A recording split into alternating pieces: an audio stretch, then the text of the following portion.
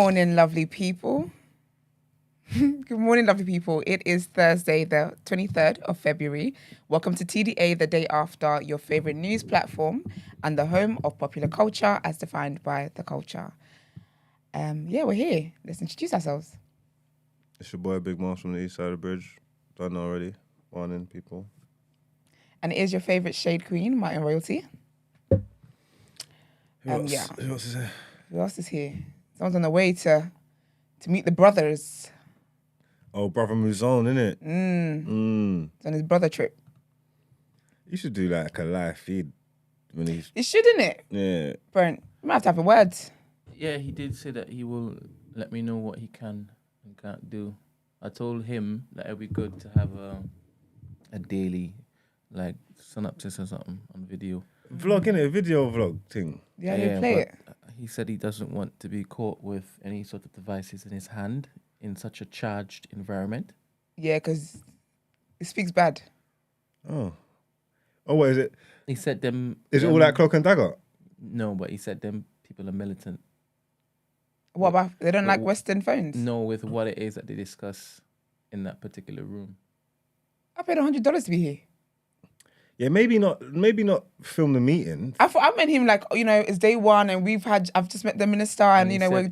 said he doesn't want to feel like a noob. He will look like an influencer though if he does that. Because he will look like he's making TikTok reels. And we've got important issues in the community to be dealing with. And here you go making TikTok, brother. You can spread your message on TikTok though. Definitely can, 100%. But I don't think this, with the Islam Nation or Nation of Islam, this is what they want. No, it's not what they want. I think he can do it. Maybe before he leaves his hotel room or after, you can make it work, man. Or just do it and go to the toilet quickly. I personally wanted to see him in the full suit. I wonder how they have to dress. So if he's not going to wear a uniform, I should have asked him this. If he's not going to wear a uniform, what do you reckon he's going to wear? A suit? Well, I've seen the suit and the bow tie. A bow tie? He said he's looking to pick up the hat in the next 20 minutes. What, before he travels Oh, out? we're doing the suit and bow tie thing, yeah? No. But like their suit, Nation of Islam suit and bow tie or Iman's He wardrobe? just said suit and bow tie. I'm just thinking Brother Motson. I'm just thinking, why wouldn't he go with a tie? No, because the bow tie is the official one. Oh, is it? Yeah. It's the official I American think I've said one. on here that I find bow ties. Oh yeah, I did actually. Then you showed me when you went to the not the Met Gala, whatever it was. Anyway, yeah. Oh, Sorry, why did Tiger Woods give that man a tampon? it's a joke, innit? We've not gotten to that headline yet. I don't know what that is. Is it in the headlines? Oh, you mean when he slipped him the thing? Yeah. I don't know, maybe it's an inside joke. It was a joke. He said it was a joke. And Yeah, he but didn't mean to be offensive. What's the joke? Well, he has a tampon. Call him a There's pussy. Spanish period shaming. Huh? Call him a pussy. Oh, he's saying he's a pussy. I don't know, I'm just assuming. Brendan's saying if I gave someone a tampon, That's what I I'm saying. mean. Yeah. Okay. So you're Sorry, acting up. I just saw something on the timeline. I just spoke about it because I've heard Tiger Woods embroiled in controversy, and I wasn't sure what it was about. But then he I loves found it, out man. it's something to do with a tampon. I'm saying, why did he do that? What is that? I don't understand. What's the thought process behind that? I saw a headline that said he just thought it was just something. It was just a joke. I don't get the joke though, but it was apparently a joke. So, LOL. Why do famous people think they can just do what they want though? Because they Because can. They can't though, because obviously now there's repercussions for it. It's gonna. What Is there? What are the repercussions? He's getting dragged through the dirt. He might lose. Actually, he's rich. He's anyway. done worse things. He's been dragged longer. He was being dragged here before dragging was a thing. That man is fine. That's true. This is something light in his day. So what are they saying? What are they saying? Yeah. No, I don't know. I need to do a deep was a whole thing, I deep think dive and check. But you there was a definitely lot. get There was the a lot sexism. going on. Like scandals. Yeah, There's you gal def- talking in that. There's gal on podiums complaining in You that. definitely get sexism. It's crazy. 100%. You would definitely get sexism because wherever it is, why you thought to give another man a tampon? What's wrong with tampon? There's gal on podiums talking about him that don't even play golf, Killy. So it's doing. It's He's doing his rounds. It's doing the rounds. You get me? Oh. It's Maybe crazy. you're saying that you're moving like a girl. Hmm? Maybe you're saying you're moving like a girl. I think that's what he was saying. That's sexism. And that's isn't it? sexism. And now you got a feminist angry. Now and something like that, yeah, in his world, he's got the white feminists to deal with. They're the worst kind. No, but when you're so popular, yeah, and you got eyes on you and stuff like, don't they understand? No, they don't. That you get what I'm asking, isn't it? Like, Because all the cameras will be on you, seeing as you're Tiger Woods. yes. Did he not do the handover properly? What, it dropped? I didn't see it. It's a zoom. I think the camera caught it. They zoomed in on it. I think he did do it all right, but Can you imagine technology got him. And a slide, then it drops. That's so embarrassing. Now you gotta pick up your tampon. Now you can't give it to him anymore. It's not a joke. Imagine now you they drop- just think it fell out your pocket. Imagine you dropped. Now it's the whole thing. Ay. Streets is crazy. No, rich people do dumb things. So if you got caught, what would you? No, obviously, because you probably get away with it. Because a woman, probably, a if I woman would, giving it to I man, definitely would. They'll get away with it. Yeah. But what would you use as your yeah. reason? My excuse. Escape, yeah. Retribution. I'm like, I thought it was a cigarette. I'll just apologize and say it was a bad joke. It was done in poor taste. I didn't think anybody would see. But what was the joke meant to be about? This nigga's acting like a bitch.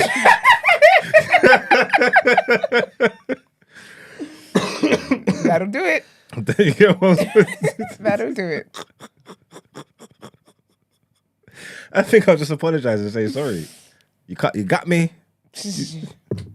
Never do it again. What can I do? Yeah. They never do it again. To be honest, that particular approach. You got me. Yeah. My bad. It was very stupid. Yeah, it was Yeah, stupid of me. that's it. But Yeah. the best thing. That's the best Yeah. way. What did he do? Huh? What did he do? Did he? I need to look No, he into did it. I don't though. know. He did get in front of it. He said it was a bad joke. But the thing is, in this day and hit my face.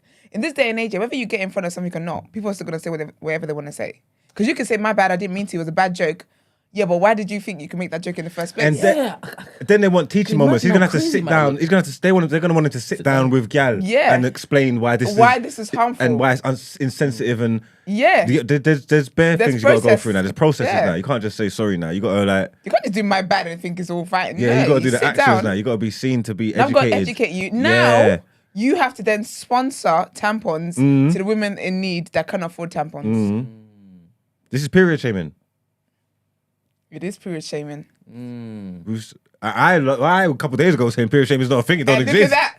Oh my god. Look at God. Look at God. Won't he do it? Won't he do it?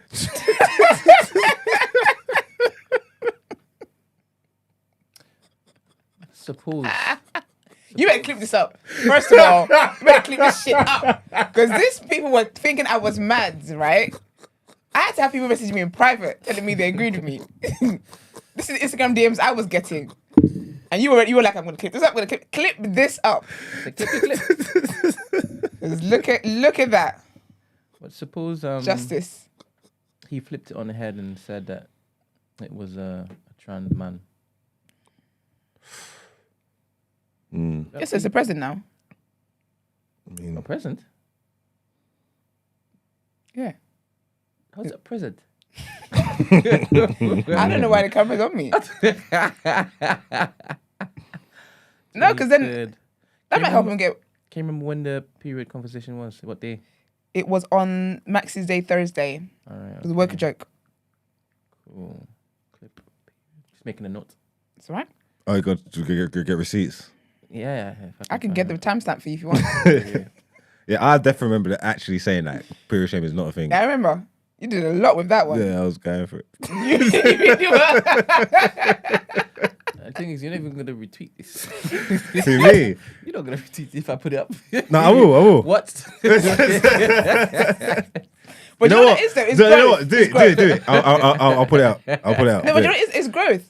Yeah, come on, man. It really is growth. Add that thing to it. You live and you learn, man. Taking accountability. Exactly that. Okay, if you say so. Actually, no, I don't know why I said that. If you say so. Because now they'll be like, oh, look, see, Mark's taking accountability. Yes, I can't. So, Ridiculous. I agreed with that too quickly. so women in girl codes, they don't keep it. Oh yeah. Apparently, listen. Yeah, we were talking about that earlier, weren't we? Yeah. Yeah, What were you saying about it? Well, I think there's a big myth about girl codes. Yeah, and I'm not saying there's not women that don't have morals and codes. Yeah, because you'd always find girls who are who stay strong. Yeah, look at that one. There you go, stay the course. Yeah, but Actually, depends. no, but the way I don't know whether women are lying yet or whether they don't know what goes on, because the way women talk, like, oh, I would never do that, or none. If you got the wrong friends, get rid of these people then, or and talk like it's something so crazy and that just doesn't happen. And I'm saying no, like in your community, it's rife. Do you know what's mad? It's both things. So the person who is doing it is lying, saying she wouldn't do it, and the other person doesn't know, like doesn't have a clue that the person is doing it. Do you get what I mean? Yeah. So it's both things are true, but from different lenses. Because I think that the girl code thing, I think more women make noise about girl code, but a lot of people do not follow girl code. But they break it for less. No, but we're humans, yeah. And I tell you the truth, Esther, yeah. Like I've had enough experience with humans to know what we're like, yeah. Yeah. You see, if you like me, yeah, and I like you, and we really like each other, history's not enough to stop us. Yeah. I agree with that. You know, like in that moment, if we look and we're here, your friendship and thing ain't enough to stop us. Yeah, that's why when I said, oh, you're looking at one, and I was like, actually, depends. I can't. There's some things that are above me. It's above me. Like, if God said, Esther, that is your man. Who am I? Who am I to block my blessings? To block the blessing from the Almighty. Do you get what I'm saying? Don't be silly. And I just feel like I've experienced I it don't know that look on your face. Where you gotta go? Right? Yeah, I don't know. Your brain's doing this. I can see cogs turning. What are you doing? The cheekiness in your face. What now? Why is the camera on me? Is that looking at me? No. So, what situation are we talking about here? Where the girl code can be broken? What situation are we talking about here? Look, girls pretend, yeah, like once you've been with their friends, it's blackballed. I remember you and Gina was talking the other day. You was quite honest, like over time and period and stuff. It doesn't matter, and I respect that kind of honesty. But there's some people who pretend that fresh off, like to say no. Once you're on that list, that's it. Period. You're done. And I'm here to say that that has an expiry date. Okay. They are lying. Some girls take it further. Where if my friend liked you, you didn't like her. The fact that she liked you. Do you know how annoying that one is? Wait there, I didn't even like her. You're not going to link me because your brethren likes me. And I didn't even like her. Your brethren don't stand a chance in the world. Are you crazy or something? But I like you, but then you wouldn't go there because your friend liked me. And I didn't even like your friend. But you know, okay, cool. So there is some kind of code then, because I've even experienced that. You get me? But I think, one of my sayings, I think majority rules. You get me? And I think the girls that stick to those kind of things are the minority. Yeah. I think the majority of is open season. Yeah, the majority is defo 100% open season. Because I think even the minority, there are certain things that we will break it for. Because I can't lie to you. Like, I love loving it. And I really believe in this world. I know this world is very big and vast, yeah. God don't make mistakes, but baby. You just don't know. And that's my thing. So what if, God brought you... Like, you dating my friend, or you talk to my friend or whatever, was how I was meant to know about you. You was a vessel for love. You are a vessel. You are a vessel. So be used by God. To be used by God, you should feel closer to God. You need to embrace this. You done this. You get to be a bridesmaid. No questions asked. Chief bridesmaid. Okay, go too far. But no, you get to be a bridesmaid because you did this. Like, at our wedding speech, you get to say, do you know what, I get to witness this beautiful union. Had it not been for me introducing them to each other, this wouldn't happen today. And look at them. Who would have thought? See, and it's everybody, I have strict boundaries and this, and I would never do this, and that's always the sentiment. And I'm not disrespecting nobody, and I'm sure you believe what you're saying. That's fine, yeah. But I'm talking from a place of experience. I said it earlier. I don't know if I've got pretty privilege or what. You get what I'm trying to say? That I don't know. But get out on smoke, like big smoke. All this, I would never do this, and this could never. I never. It's not. Think about true. it, yeah. Women. I've also mastered the art of seduction. All right. Love that you added that in. Think about it, women will cut off their friends. So a guy will be going out with a guy, he's cheated, he's insulted, he's disrespected, he's done all these things, and she will give him chance after chance after chance. Her female friend will not attend her birthday dinner. That's it. She's a fake friend now.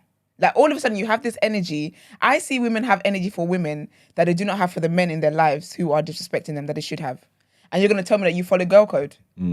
Kevin, sorry, man. I'm gonna disagree with you. You said this is a gad thing because bro code don't really get broke. Bro code is in the mud. Bro code is on the floor. You get me? Like, what? It's a social construct. It's a social construct. Bros before hoes is not. That's a lie. That's a lie. I mean, there's certain communities where that might go off. You get me? I'm yet to meet the community. I'm just saying, bro code is bro code. The man them do their thing. All right, can we stipulate? Go on, let me So, see. do you see it more often than not than if you've dated the girl, like she's your girlfriend, right? And she no longer is your girlfriend, your boys would then go after? Is that the thing you're talking about, or are you talking about?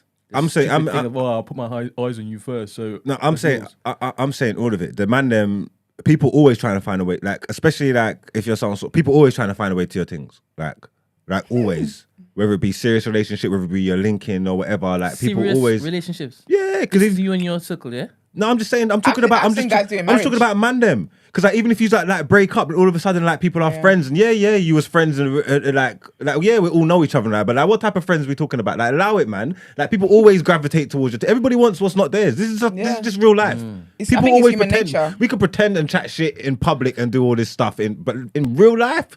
Humans, I know who humans are. Do you get what I'm trying to say? Yeah. I'm not buying none of it. And people have connections, yeah, and people always want to pretend, yeah, like these connections ain't real. Do you get what I'm trying to say? Like, and a lot of people try and go against what they're feeling because of the constructs of society, what you're not allowed to do and what you're supposed to do. And that kind of stuff will build up and build up and build up and then make you make even worse decisions than you was even going to make in the first place. Because of what you really want to do. Human nature wants us to have what we can't have. That's why it's a whole battle between the flesh and the spirit. Because you want to do what it is that you're not allowed to do, what you should not be doing. So I've seen guys like, if they have the opportunity, they'll sleep with their friends' wives. Because just because you're a wife now, you got a title, don't take away the fact that they still think you're attractive or anything like that. Should we be fighting against our urges though? Yeah. I don't think you should give in to all your urges. This is where discipline, self-discipline comes into it. Because it's dangerous. Why?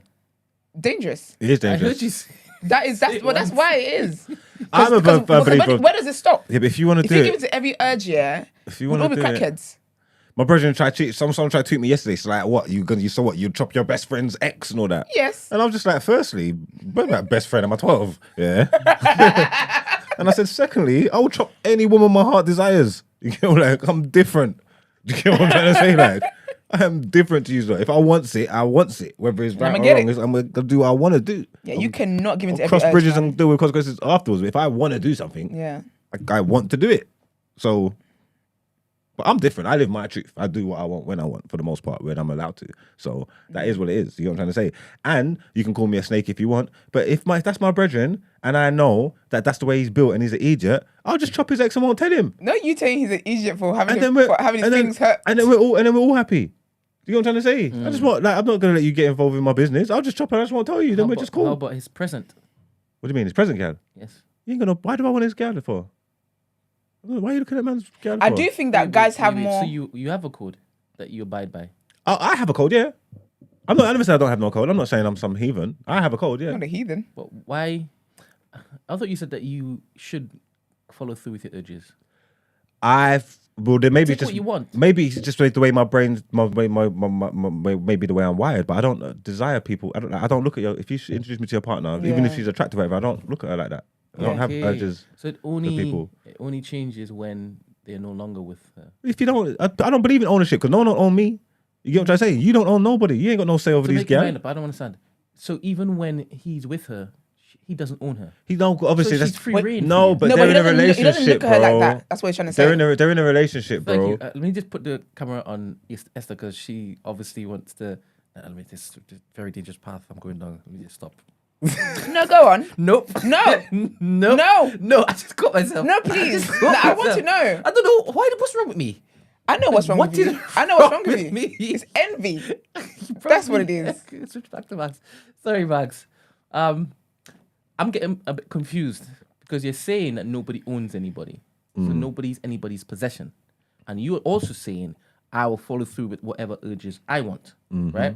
But when you just said just now, if he presents his girl to me, why am I looking at her? If you desire her, you desire her. Shouldn't you just conquer? No, because that's not. No, because then that's different as well. Because again, like the situation has to be right. It's like your own urges. If you just got the man are starving. You just want to chop every gal in the world. You know what I'm trying to say? Like you got to be able to like read the room. It doesn't matter what I want. If there's no interest in her, if there's no interest from her, what does it matter what I want? Suppose there is. Huh? Suppose there. I want to see where your code begins and where it ends. Suppose there is interest from her to you while she's with Your friend. I've been on 3 shots. I said this before. I'll chop your gal and tell you she's no good. I'll come and bring you receipts.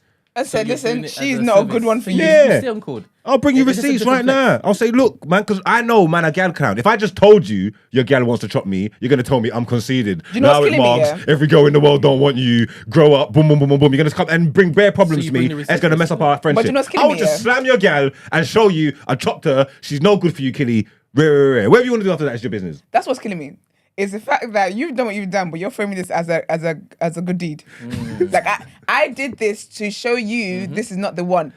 Get the next one. Yeah. Let's see if she stands the test. You're ridiculous. You're ridiculous. I'm a good you at the end of the day. What's in my heart in the right My place? heart's clean though. That's what I'm telling you, man. My heart's clean. So I think I see all of that reason. see, I'm seeing the logic in that. come on, man. It's wicked though. Yeah, but I'm a wicked man, man. What do you mean I'm you're seeing logic in ruthless. that? If you did that to your girl, would you see logic in that? If he did to my girl, Yeah. no, I'd preferred he wore like a wire or a camera So you can stop it just when it happens. because I could see him like he approaches me and he kind of puts his hand on my shoulder whilst telling me, like, I don't think he would have honest any other way, and he's doing that. You say the weight, you feel it. Don't do that. There was that hand before. Cheeks, man. Ew. But yeah.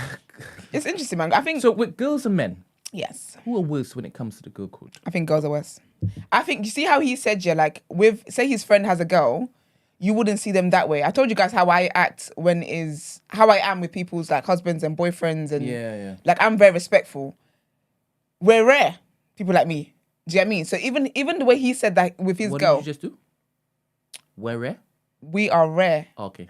No, we're that's mad person in Yoruba. All right. But that's not what I said. Okay, cool. Yeah. The other people that see people's husbands, that's where it is. They're mad. But yeah, so I feel like more women will sleep with guys who do have husbands. Sorry, who do have wives, who do have partners, than I think men who don't do. As in the friends. Do you get what I mean? Because I feel like with your friend, if it's a stranger, then obviously you don't owe a stranger anything. Is adultery, right? But if it's your friend, I've heard too many women talk about their friends sleeping with their boyfriends and their friends seducing their man. But I don't hear many stories from men with their friends doing Because that. we're not in a position of power. We have sex when we can. Women have sex when they want. So we can't really do that. We can't entice a woman's friend and seduce her like that. You get what I'm trying to say? Like a woman. Master of seduction? Yeah, like obviously a master of seduction. I probably could, but I I don't use my powers for evil, bro. Amen. You get what I'm trying to say? Like, but Amen. so go on. No, but no. No, but say your friend, say Brent had a girl, right? You could seduce her. I don't think so. She would have to want me. Men be seducing all the time. No, she'd have to want me, or it's a non-starter. No, but guys don't wait around for girls to want them. When guys move to girls, you don't wait for them to No, know but your that- spider sense is tingle, man. You can pick it up. Sometimes a guy could know a girl likes him before a girl knows she likes him. Really? Yeah, if you're well versed in the arts. All right then. I'm just saying. But yeah, I think women are worse personally. I think women don't have codes, man. They're just flipping liars, bro. They're like I don't. Not a lot of women have codes. Very few. Is that how y'all drop out a friendship so quickly? Because you mentioned the whole if you Birthday don't come to dinner. a party. Yeah, but because women will drop a friend out for not coming to a birthday dinner. Like I don't deal with all of that stuff. I don't like dramatic with friendships. Like I don't care. But women, yeah, some women will do that. And sorry, people, yeah, because usually I'm acting like I'm moving like I'm crazy. Yeah. I'm talking from experience, yeah. I'm not, and it wasn't me that done it, yeah. But I had full-on facts, yeah, that my friend's partner slept with someone, yeah. We're in the room with the guy, yeah. That she slept with. That she slept with. He described the room to me, everything. You know what I'm trying to say? Damn, he's a snitch, I've isn't he? gone to my friend, yeah. He's a snitch. Sorry. I've told my friend what's happened, but I don't have receipts. It's word of mouth, yeah. There's just pure arguing and moaning in the yard. He ended up pushing his foot through the TV. Next time I went back to the yard, the gal is still in the yard. There's no TV. You get what I'm trying to say? And now they're looking at you sideways. Exactly. You're the playing- one who came in between this Man marriage. are gal clown. You get me? Love makes you do foolish things. You get what I'm trying to say? Like, Love so it. I'm here to break the fourth wall, shatter it. You get me? So I'll come with receipts. I will slam your gal and give you that information. I'll be Cry honest, if though. you want. I don't care. No, but do you know what it is, though? I'm gonna make this definitive. And if you still want to be an idiot after that, then be an idiot. Yeah, but do you think though that she? Go on, what? So you think, if you told your friends that this is what your girl's doing, if he doesn't leave, he's an idiot. Yeah. But when it's women... No, she got to be stronger than that, man. You're a twat. You're a twat. She got to be stronger than that, baby. Stronger than what? No, you can't be leaving the first adversity, the first time in adversity. So you're admitting that men are weak? Oh, yeah, we're weak. We've been weak. You are the strongest. Women, listen, you don't need your flowers. You don't need your flowers. Don't you dare gaslight me. Talk about we need our flowers. Don't you dare. I actually thought I had him, you know. Man said you deserve your flowers. Let me give it to you. I'll give you your flowers. We are weak as men. We can't take it. We can't take nothing. A lot of our behaviour that we deal with, we couldn't take it. And it's double standards. But it's just true. It's how we are. Yeah, but I don't think you should run away after first cheating. But even as a man? Yeah. If I cheated on my man, I wouldn't. But if I cheated on my man, I don't think you should run. That's silly. Let's talk about it. Let's sit down and let's find out why this happened. Didn't you guys say a line before? Forget about what it is you've seen.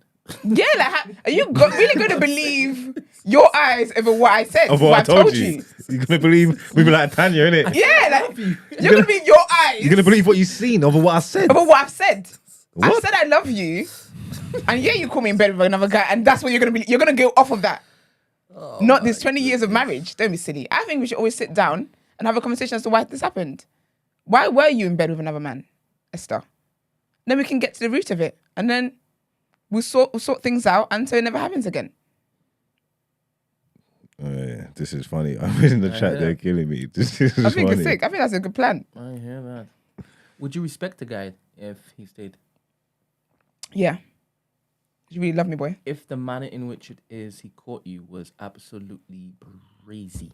I think I could stay with someone for cheating, you know. It depends on what period in my life I was in.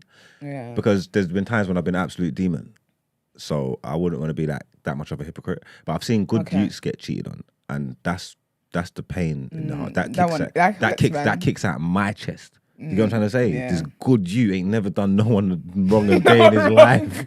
Do you get what I'm saying? And You you're don't cheating on him. You don't deserve this. That hurts my chest. Yeah. Do you feel me? Like a man that's outside, like you gotta take responsibility for your actions. You get what I'm trying to say? Like you probably, for the most part, you see that women, but there's anomalies that are wild like men, but for the most part, if you give women what they want, and what they want for the most part is you and you stay faithful, they're not gonna go nowhere else. They'll be happy with what they got. You know what I'm trying to say? Yeah. So if you push a woman to act like that and to behave like that, and then you catch her for it, if she's good for you, if the juice is worth the squeeze, if you work on that level, I think I could understand why you can stay and work it out. You know what I'm trying to say? If you're just like some hole in the wall and this person's just walking all over you, and the gal's got the man roll and you're just this, what are we doing there, buddy? No, not buddy. I definitely do think that you need to get to the root of things, though. Like, I'm going to get to the root of things. And I think the manner in which, however it is I caught you cheating or I knew you were cheating also counts. It also counts for something. How long is it? There's so many variables to take into account as to what I'm going to, that determines what I'm going to do next. But if he caught me cheating and he stayed with me, I wouldn't lose respect for him. I wouldn't. Don't squint your eyes at me. Oh, you don't believe me? Because why would I lose respect for you? You've done a good deed. You've done a good deed. You're like a strong man, and there's a bit of toxicity there. You'd probably prefer him to say he's leaving, and then you want to work and grab him back. Because you know what I like? Do you know what I like here? If he caught me cheating, I like the idea that you never thought I'd do something like this. So now you know.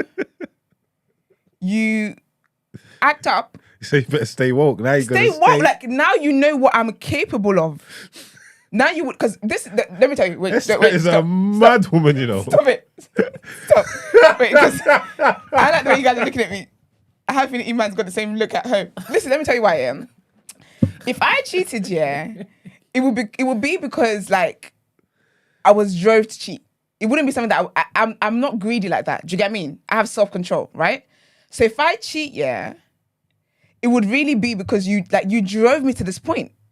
But the thing is, you never thought I would do this. So you just took advantage of me. So if you stay with me, I like that because guess what? From the moment you caught me cheating, You are now awake. You are not taking me for granted anymore. You are now doing everything you're meant to be doing. You are going above and beyond to keep me. I respect that. Because now you know that whatever madness you think you can come with, I can come with too. You're aware of that now. I love that. I respect you even more. I respect you even more for now recognizing that you've met your match.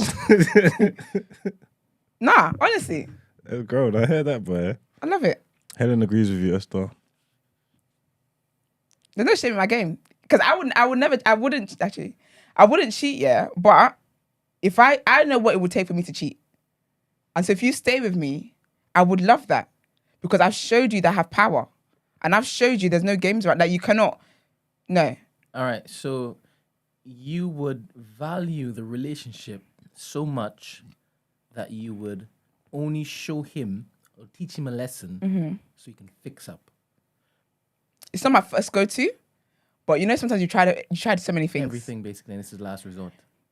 And Maybe not the this second, one. maybe second to last. But yeah, Okay. last resort's always leaving. Okay. Don't do that, E-man. What's the man doing? He said so. Man, don't make me report your. No, comment. he said so. A man can drive a woman to cheat, but a woman can't drive a man to cheat. I mean, I suppose it could probably work both ways, but men are wired differently. Men got cheating at the forefront. First of all, E-man, your little soup. Don't you dare. I've never said you can't be driven to cheat. I think that you can, but again, the problem is your that little suit. nation suit. Not even tall suit, no long suit. Don't do that. That's not what I meant. I heard what you said.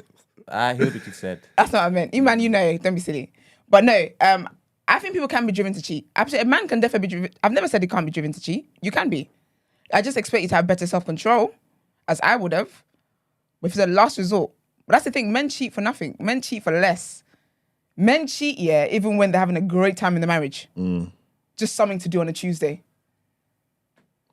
I've seen a man cheat in a perfectly good relationship that he's happy with. You had no reason to do this. That he loves. You get me? And I know a lot of you will question it. Oh, if he loved her, how could he cheat? Why did he did it in that tone? Because I'm taking a piss out of them. It's stupid. Okay. Yeah, so that's why.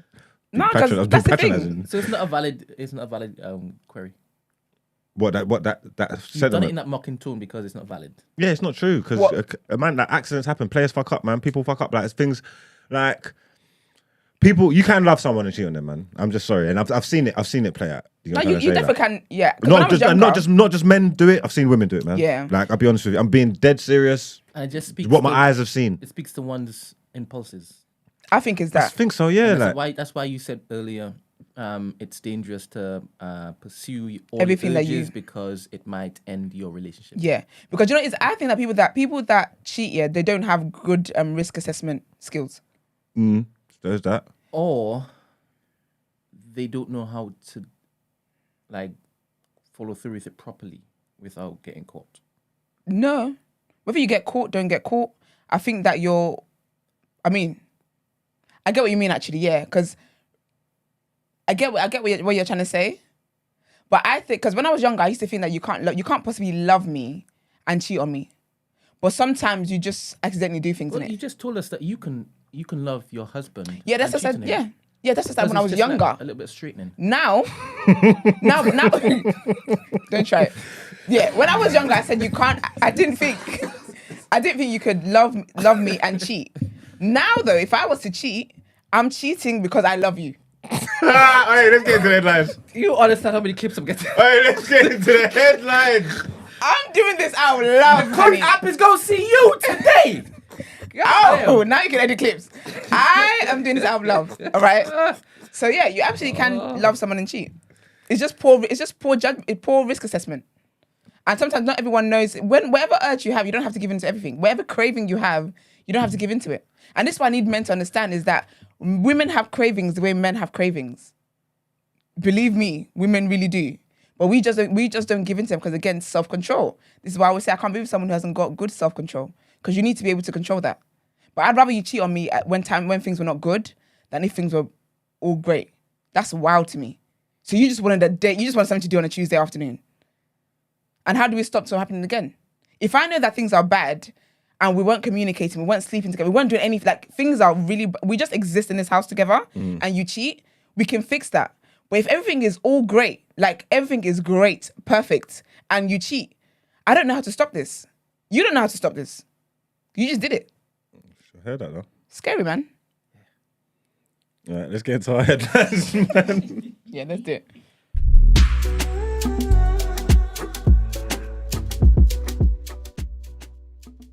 Nah, it's the incels in this market.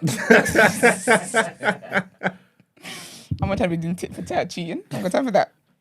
All right, so our first headline is about Tony Blair and William Hague, who are calling for digital ID cards. So Sir Tony Blair and Lord Hague have called for everyone in the UK to get digital ID cards as part of a technological revolution. In a report, the former Labour Prime Minister and Conservative leader argue that government records are still based in a different era.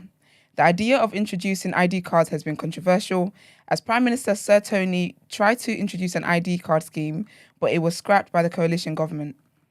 Opponents of identity cards have raised concerns about civil liberties and what they see as unnecessary data collection and intrusion by the state.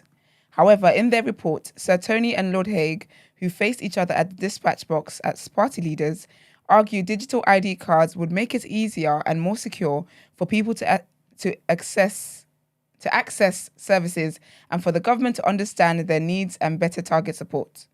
They said, in a world in which everything from vaccine status to aeroplane tickets and banking details are available on our personal devices, it is illogical that the same is not true of our individual public records.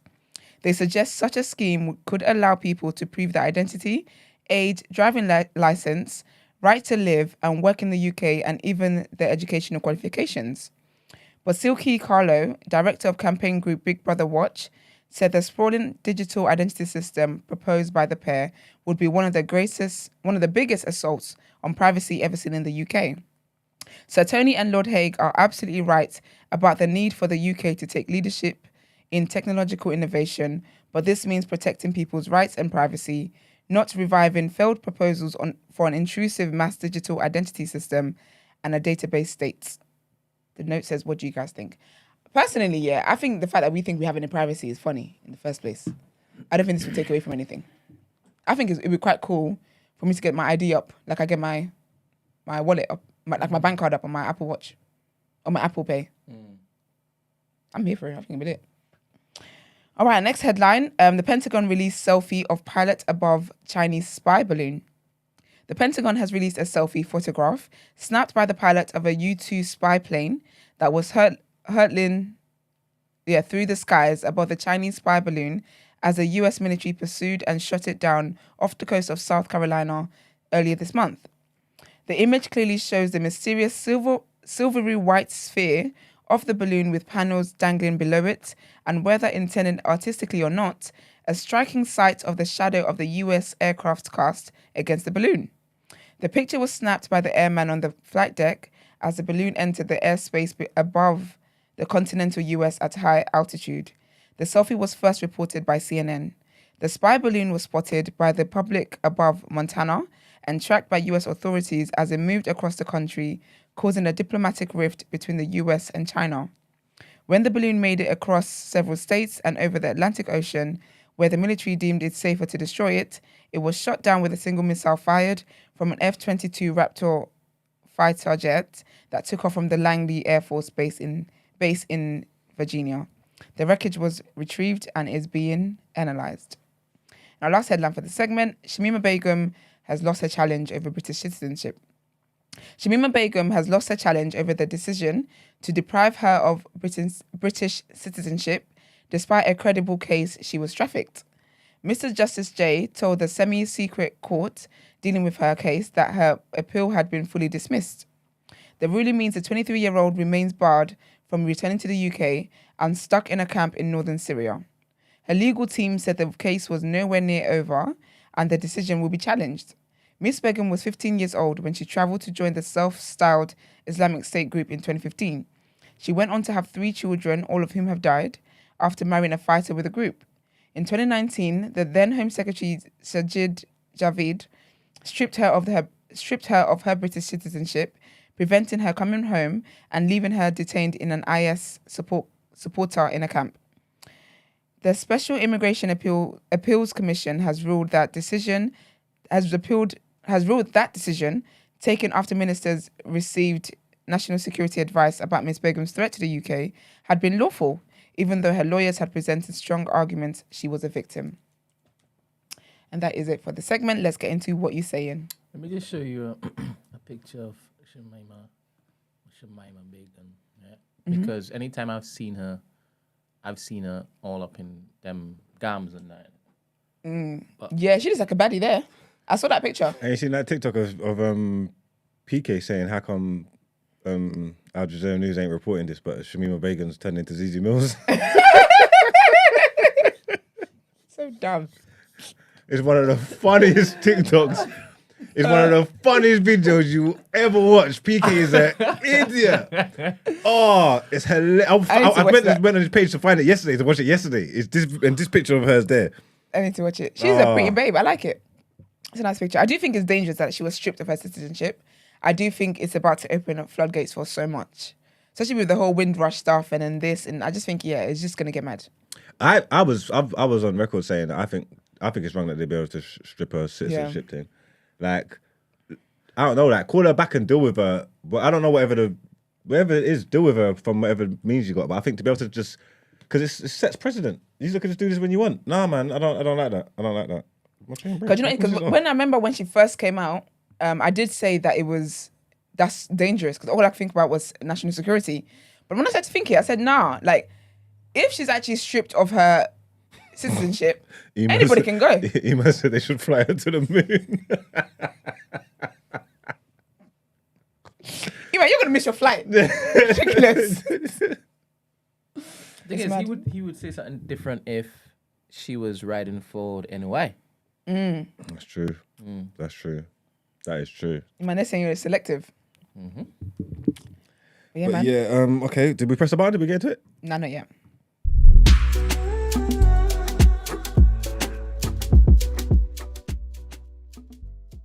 Before we get into our what you saying topic of the day, I think we got a little video to play, have we?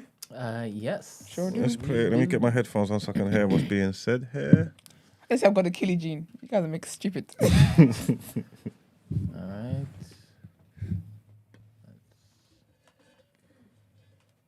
It's as if it's a fucking democracy. Right, go back. Let's see.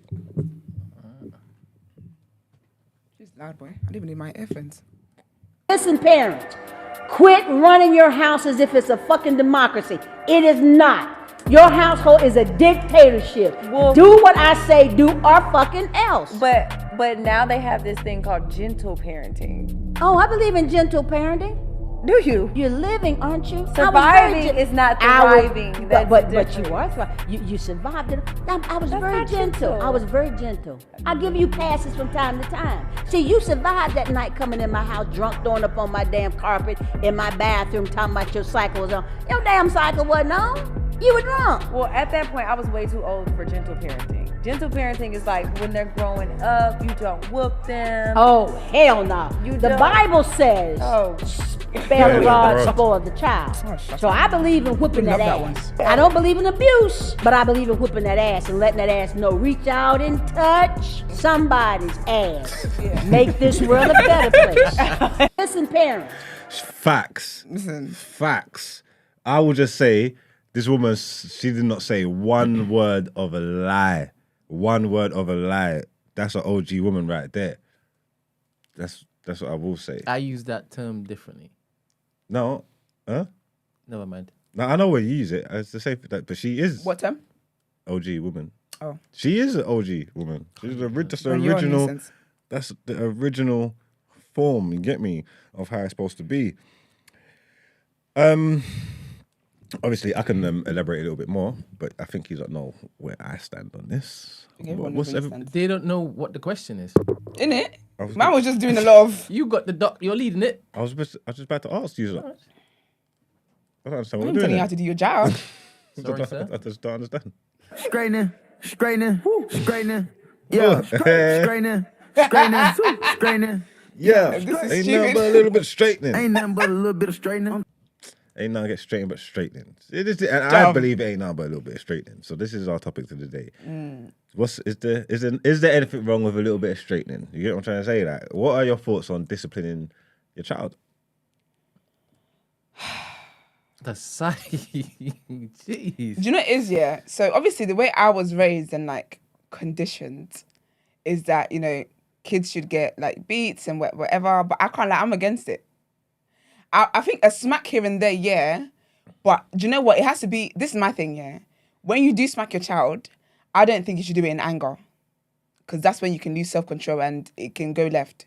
I think that you should smack kids, if you want to smack them, to let them understand what it is that they've done. A lot of times, a lot of kids get smacked and they don't know why they're getting smacked. They don't understand why what they've done is bad and why it is they got licks for it. And so what they then end up doing is living in fear, and they end up living like, you don't know if you're gonna get licks for it or not. It might be a good thing, and then now you got your kids doing good things, and they're like, "Oh, I thought you were gonna smack me." It's like, no, and then you go to hug your child, they're flinching. I think that's all of that scary, man. Yeah, no, I don't think you should explain to kids. I don't think you should use beating as like a teaching tool. Like that shouldn't be like your go-to, like to get physical with your youth, because that's not how you learn it. It's not mad, yeah. I think it should be a consequence or something. It's discipline. You know what I'm trying to say? Like, it's repercussions for your actions. Yeah. It's teaching from young that actions have reactions, consequences. You know what I'm trying to say? Like, you are responsible for your actions. Whatever you do, you are responsible for that. I believe it teaches you that. You know, I'm sure people will tell you there's other ways of teaching you it. I was going to say that. Isn't there other ways than smacking them? Oh no, but I don't know if they work. I like that way. I got beat. I don't know if it works. I got beat, and I believe I'm fine. Yeah, people have to say that one. No, it's facts though. It's facts though. There's things there's like a look, because we can even say, look, to share your relationship with discipline growing up. So I can say there's things that I directly correlate that are about me, that I think are positives about me, that I directly correlate to the discipline that my mum installed in me. Yeah. Do you know what I'm trying to say? You know what though? Because I came from a very disciplined household, yeah. And definitely the woman I am today is as a result of that. But them disciplines weren't necessarily linked to like licks or smacks and stuff. Cause I feel like you can let your child know what time it is without having to do all of that. Like my mum never smacked me. Was you ever rude? Did you ever deserve a smack? I'm sure I did. What did she do to you when you deserved a smack? I just she would tell me off. You know, I'm an emotional person, so words get to me, boy. She would tell me off. Like I wouldn't be allowed to go out. I wouldn't be allowed to do certain things. There was other measures that's put in place that made me understand that this is as like you're not able to do this as a consequence of what you did. I think you got to take it by case scenario. That's the thing. You have to, because not every like it's not gonna work. It's not gonna work on every kid. Like disciplining your kid, hitting them is not gonna work on every kid because everybody's different. You get what I'm trying to say? And also, some kids talking to don't do nothing. Talking never done nothing to me. That's just words. You can't tell me to do nothing. You just got to show me. I've always done what I've wanted since I've been a kid. You know what I'm trying to say? Like, you have to show me consequences. Like, you have to. You can't just talk. What's that going to do to me? I'm always going to do what I want. All 10 times out of 10. You know what I'm trying to say? If there's nothing, if there's no reason there in the back of my head telling me if I do that, like I need to know that if I do that, something tangible. If I go and do this, boy, I am cooked. Do you know what I'm trying to say? I need that in my head. I need it to keep me in line, because if not, I'm gonna do whatever the hell I want. She can't stop me. How's she gonna stop me? And then what's she gonna do? She just talks to me, put me on a naughty step. Ooh, count to 10, blow it out. Ooh, this fucking foolishness. How's that gonna help me? Yeah. That was never gonna help me. So everybody's different, innit? But I definitely know for a fact I needed that. And I know my son's just like me. He needs it. He don't listen. Yeah. You get me? So can I say, I said I didn't, my mum never, but I wasn't raised by just my mum, by the way. So I got licked from other parenting sources. Hello. Good morning. Hello, can you hear me? Yes, sir. Everyone? Who's speaking? Daniel. Big up, Daniel. Well, go on, man. Daniel? Is Daniel in the chat? A little bit of straightening. Sorry? Is Daniel Ain't nothing but a little bit of straightening. What's your thoughts, Daniel, man? Share your thoughts, man. No, I'm just saying that you're both right in the sense what you're saying, but I do agree with slightly more Margs in terms of like it depends on your child. But some kids, they need a little 1-2 in terms of like, because some of them don't like words or understand words. Yeah. Sometimes a little clip round here and there does help. Do you know what I mean? Obviously, like you were saying, but not over the top though. Like it turns into abuse because that's a mad thing, innit? Do you know what I mean? And obviously that kind of creates another trauma for the child when they grow up eventually. Do you know what I mean? But as a whole, I think 1-2 smacks here and there doesn't go amiss, you know, because I'm coming from an African background myself, and it didn't do me no wrong. You know what I mean? Like I feel better for it. But I do again agree that it's not over the top though, because sometimes, especially in African backgrounds, it gets mad sometimes. Yeah. You get the flipping hair, the frying pan, the all that is a bit mad still. Are there things about you, yeah, say, I don't know, your personality or the way you live your life or just how you are as a man, yeah, that you can directly correlate to you being disciplined as a kid? Definitely. Because I'm a bit like you, I'm a bit mouthy, innit? A bit rude at times, innit? And one time, I tried my luck with my mum when I got a bit bigger. And she had to remind me, we're not size still. Yeah. You might think we're size in height, we're not size in mentality. Me and you ain't size. Yeah, I've heard that a lot growing up. Boy.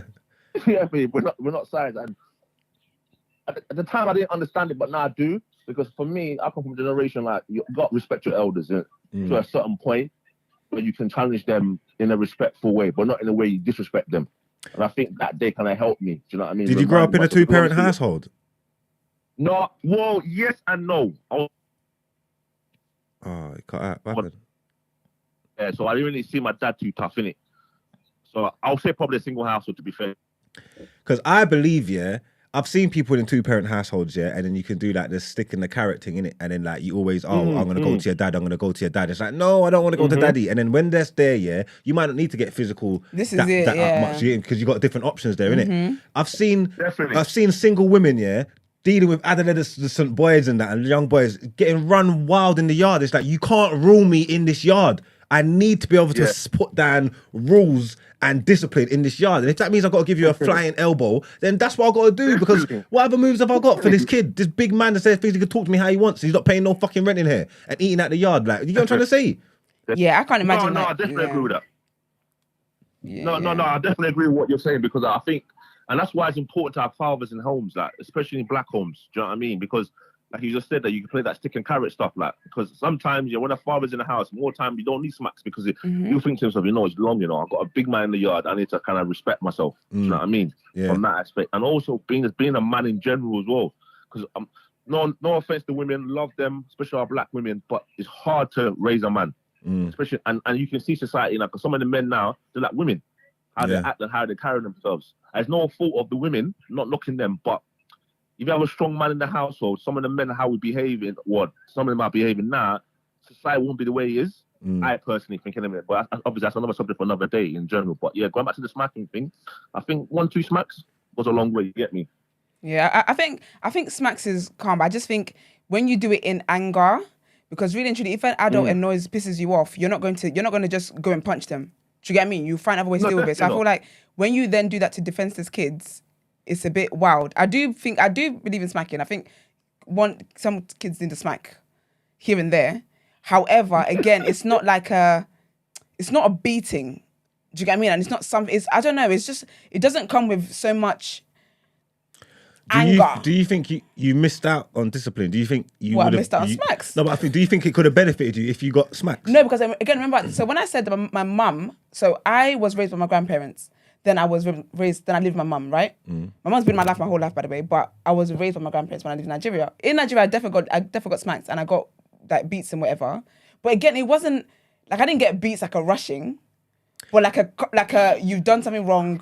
Yeah, I think when we're saying it, people are just sounding like we're just talking about like just abusing kids and just mashing them up for no reason. I think that's what people think we're talking about. But that's a lot of households. So I think we've grown up in houses where you didn't get rushed like that. But some houses, it actually is a rushing. This is why I take the stance I take, because some people do not. That's why I talked about not doing it in anger, because you lose self-control and you've lost. People that are doing that, it's maybe that they shouldn't even beat kids. They shouldn't have kids.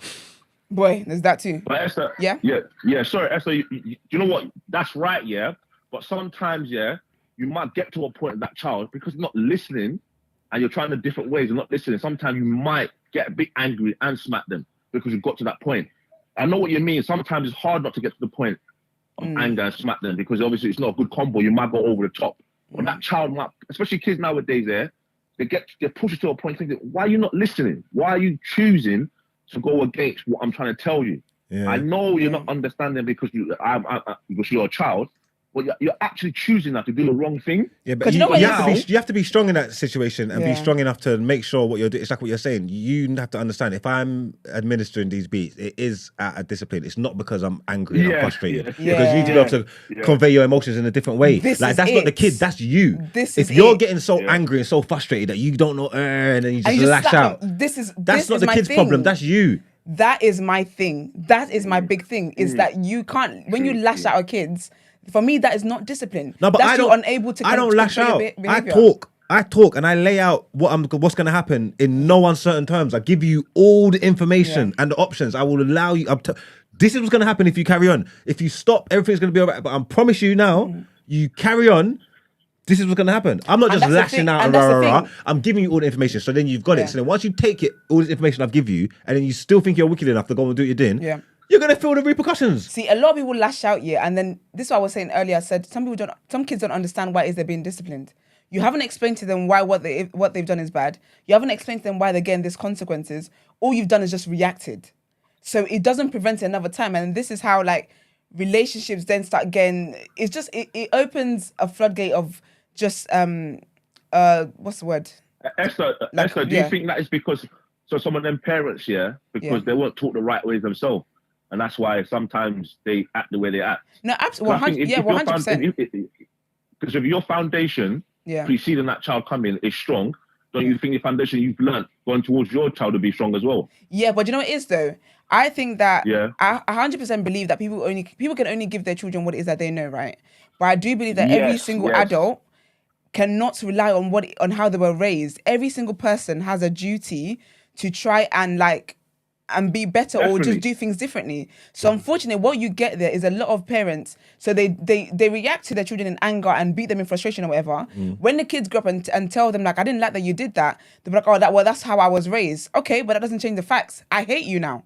It doesn't change the facts. And so what you should have done, and what always spins me is that when it was done to them, they didn't like it. Yes, you always hear people say, I got beat. I didn't like it at the time, but I've grown up to be this person. That's fair. However, you need to look at the reasons why you didn't like it. And I feel like you can curve those reasons in the way you then discipline your children. I feel like a lot of people rely on the excuse of, that's all I know, that's how I was raised and blah, blah. Okay, but then you're an adult. Go into the world and try and be better. Have you got children, Daniel? Yeah, I've got three myself. So do you discipline them yourself, or do you? Yeah, I discipline them because I've got all three different ages in it. So I've got a teenager and I've got two adolescents in it. So with the teenager now, to be funny enough, my discipline is more of a talking thing, a teaching thing. Yeah. Because we've got to a stage now, if I'm going to smack at this stage, it's long, innit? Because the how I'm going to administer it, it's not going to be nice. Yeah. So what that is for me is self-control. So I'm talking to you now. I might take away your pocket money. I might not let you see your friends. Take away your phone. When you come home from school, instead of having 2 hours of extra study time, it's going to be extra 5 hours before you go to bed. So things like that now is working, because I reckon because the foundation from young has been placed in her, it's better now to talk to her, if that makes sense. Yeah, no, I hear you. Well, thanks for your call, Daniel. Thanks, Daniel. Thank you very much. Appreciate it. You're welcome. All right. Yeah, bye-bye. Yeah, man, it's I can't imagine what it's like to parent disciplining kids. But I'm so petty. I feel like I want to throw the kid away. Could you ever possibly see from that point of view? That's a good question here. Can you see from the other point of view of the discipline? Absolutely. I can't wait to be when your dad gets home. Yeah, watch. I love that. But the thing is, as well, I think I've said on here where I'm not against smacking kids. Again, for me, it depends on the situation. Do you get me? Sometimes there's other things you can do. Like my little sister, I don't. There's ways that I know I can help her understand why what she's done is bad. Do you get me? I feel like there's ways to discipline, and that's the thing. Because whenever we have conversations about discipline, it's always about beating. There's so many more things. Like this morning, she asked me for money this morning. Yeah, I said, didn't you get pocket money? She goes, yeah, I spent it all. I said, 3 days of the week. What do you mean? So I said, no. I said, I have money, but I'm not going to give it to you because you need to understand the value of money. Do you get me? That's you can't just come to me and ask me for things and I just give it to you. You will never understand why it is you need to learn to budget and you need to make sure the money you get at the start of the week lasts you to Friday. That is discipline. But whenever we talk about discipline, it's always like you have to beat your kids. No, I feel like there's other ways to do it. But I can see it from the other person's. I don't know. I think it's a bit capped the way I see it. I think it's just tradition, man.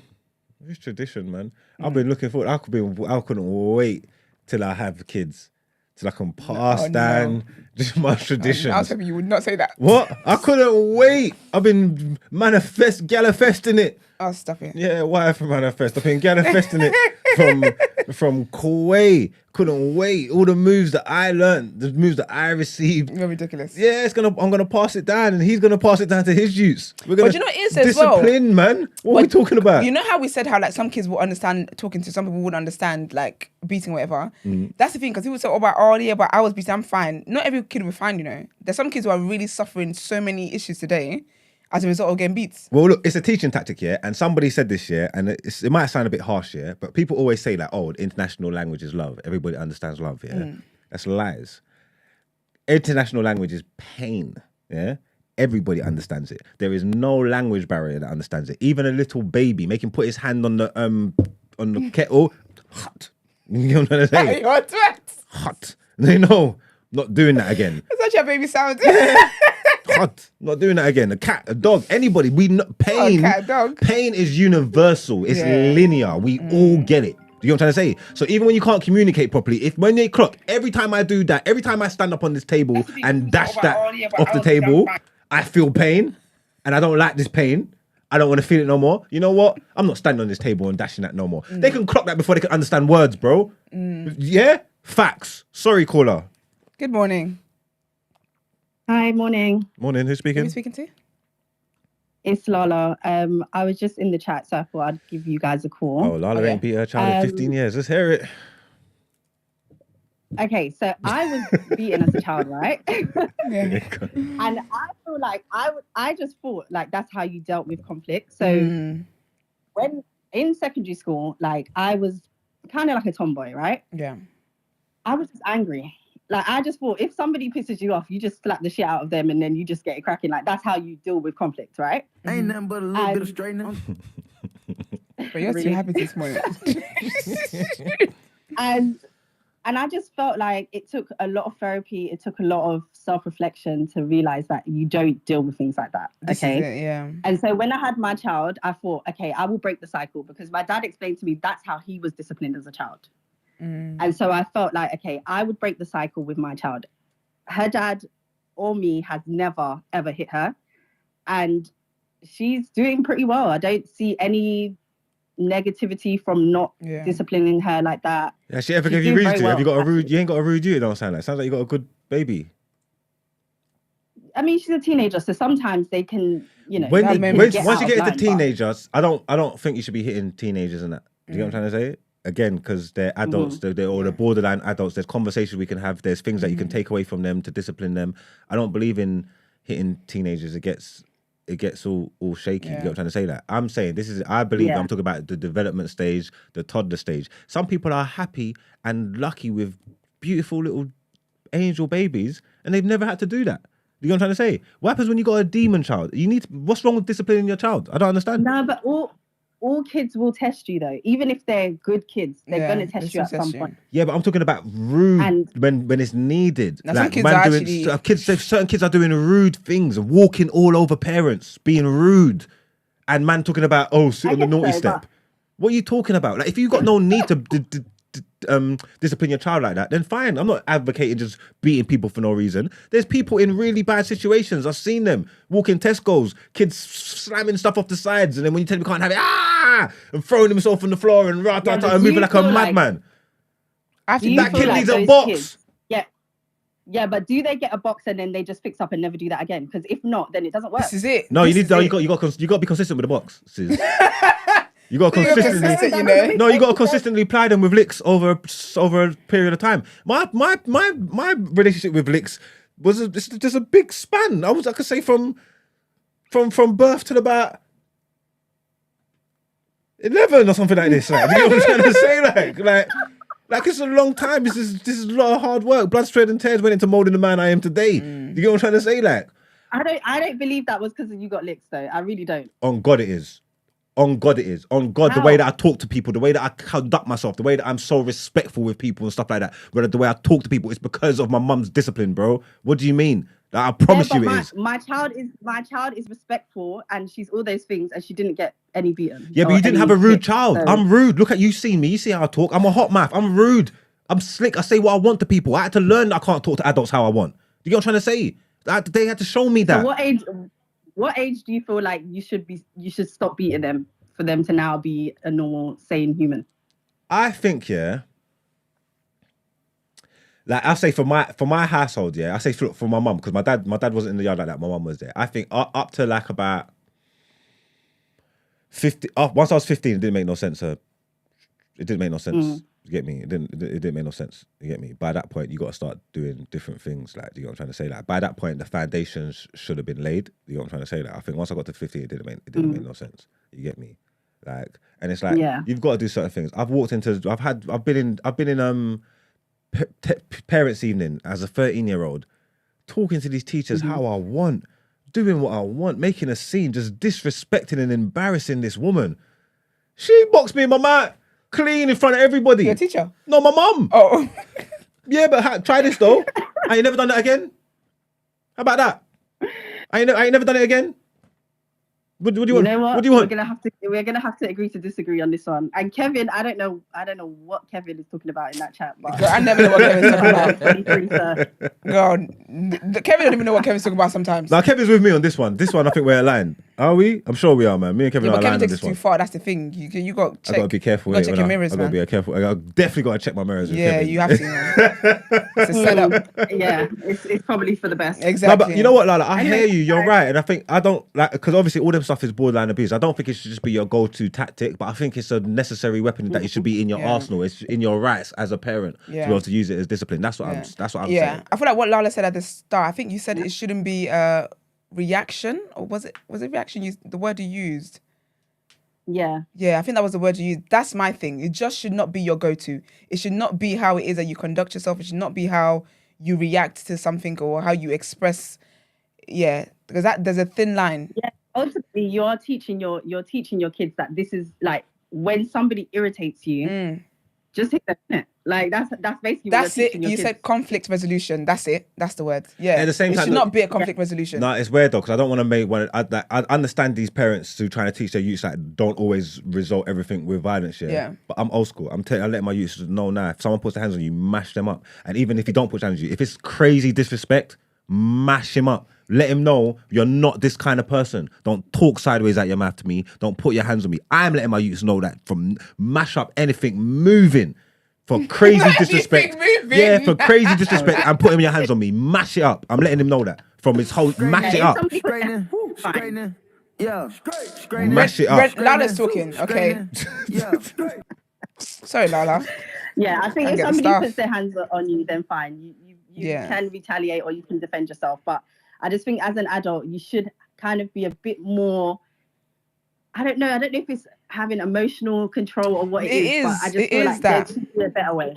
Because if we're being honest, there needs to be a better way. When you hear, okay, this is what it is, You see that looking at beats and whatever as a form of conflict resolution, this is how some people grow up and that's how they move with adults. That's how they move in their relationships. Yeah. Do you get what I mean? And then, because I've heard people speak who got beats as kids and blah, blah, where when they were then in relationships and their partner that was their partner's go-to to hit them and stuff like that. Yeah. Because it was normalized from when they were kids that you did something wrong and this is the consequence of what you did wrong. Beating is what happens. That's true. Do you get me? That. Mm-hmm. That's what normalized that in abusive relationships. And then also with the men, they don't understand that you cannot communicate like this. This is not like this is not your child. Even though I hate that saying about this is not your child, because children shouldn't just be getting beats anyway. They're not just your outlet. But again, all of that stuff without proper guidance and without it being monitored, it can lead to extremes. And unfortunately, we do live in a world of extremes that people talk about that. People who live in abusive situations say because that happened to them when they were kids, they just, in their mind, this is how it goes. When you do something that's mad, you upset your partner. Yeah. This is normal because that's how they were taught. That's how they were raised. That's what happens. That's a consequence of you being rude. That's a consequence of of making me unhappy, of pissing me off. This is what happens. And I think that's where it gets very, very dangerous. Yeah, no. All right. Yeah. Thanks for calling in, Yeah, Lala. I'm agreeing with Esther today. Definitely. Thanks, Lala. That's today. That sounds like she don't usually agree with you. That sounds like she don't I'm usually agree with you. Listen, Lala, I'm gonna take it. Ain't nothing but a little I'm bit gonna of take it. straightening. Boy. Thanks, guys. Have a good day, guys. And you too, Cheers. lovely. Thanks for calling in, Bye. man. Bye. I have more ups than Kevin Samuels, bro. I'll take it. I'll take any support. What's the age that's too early to do it then? I had this problem. I even spoke to my mum about it, because my son's very, very, very testing. That kid? Yeah. He's very testing. You get what I'm trying to say there? Extremely testing. And I'll be smacking him from young, when he's doing stuff, and like crazy things that I'm telling him not to do, And I know it's hard to gauge, but he's extremely smart. I know he knows what he's doing. Yeah, he knows what he's doing. Do you get what I'm trying to say? I know he knows what he's doing. And that's the thing, because some kids know what they're doing. They're very aware that they should not do this. Yeah, but he's testing me, he's doing things, and then I'm smacking him. But then when he's crying, it's just me and him in the yard. So now you gotta console him. No, I'm consoling him. You know what I'm trying to say? And I'm like, this is fuck. I say, I can't keep doing this. This is fucking me. This don't make no sense. There's no point. What am I keep beating you for to keep consoling you? I'm not. So I said I'm going to need to slow down on this because he's too young, innit? You get what I'm trying to say? Can me and him can't reason? But once me and him can reason and I can communicate, then it's different. Yeah. So I did slow down. I just lied it very rare. But now if he talks perfect English, you get what I'm trying to say? We speak and he knows what he's doing. So now I talk. You know what I'm trying to say? And before the beats come, I lay out the threats. The reasons. Yeah, I lay out the reasons. I lay out the threats. I'll tell him what's going on, what's going to happen if you keep doing this, why you should stop doing it. And then I let him know I'm not here to control you. You can do whatever you want to do. Yeah, with that information, you do it, and I'm gonna do whatever I see fit, and we'll move forward. You know what I'm trying to say? And if sometimes he gets it and he'll play straight. Sometimes he'll feel wicked, and he'll test me. And lo and behold, I light the ass up. You get me? Light it up. Every time. Every time without fail. You get me? That is so funny. Yeah, it's difficult. I can't imagine what it's like to... I'll be honest with you guys, when obviously I haven't got kids yet, so I don't know that whole love thing you guys talk about. But when I can't imagine having such a disrespectful child. I would want to throw you away. You can go. You can actually leave my household. You can actually leave, because why am I in this situation where I am catering, I'm keeping you alive, and you are talking to me any which way you want to. You're disrespecting me. Are you a sicko? You gotta go. You think you're grown? Go and be going outside my house. I don't think I could. That's a lot. I can't imagine being a single parent, and this is it. And if you guys are talking about the love you have, that unconditional love you have for your kids, honey.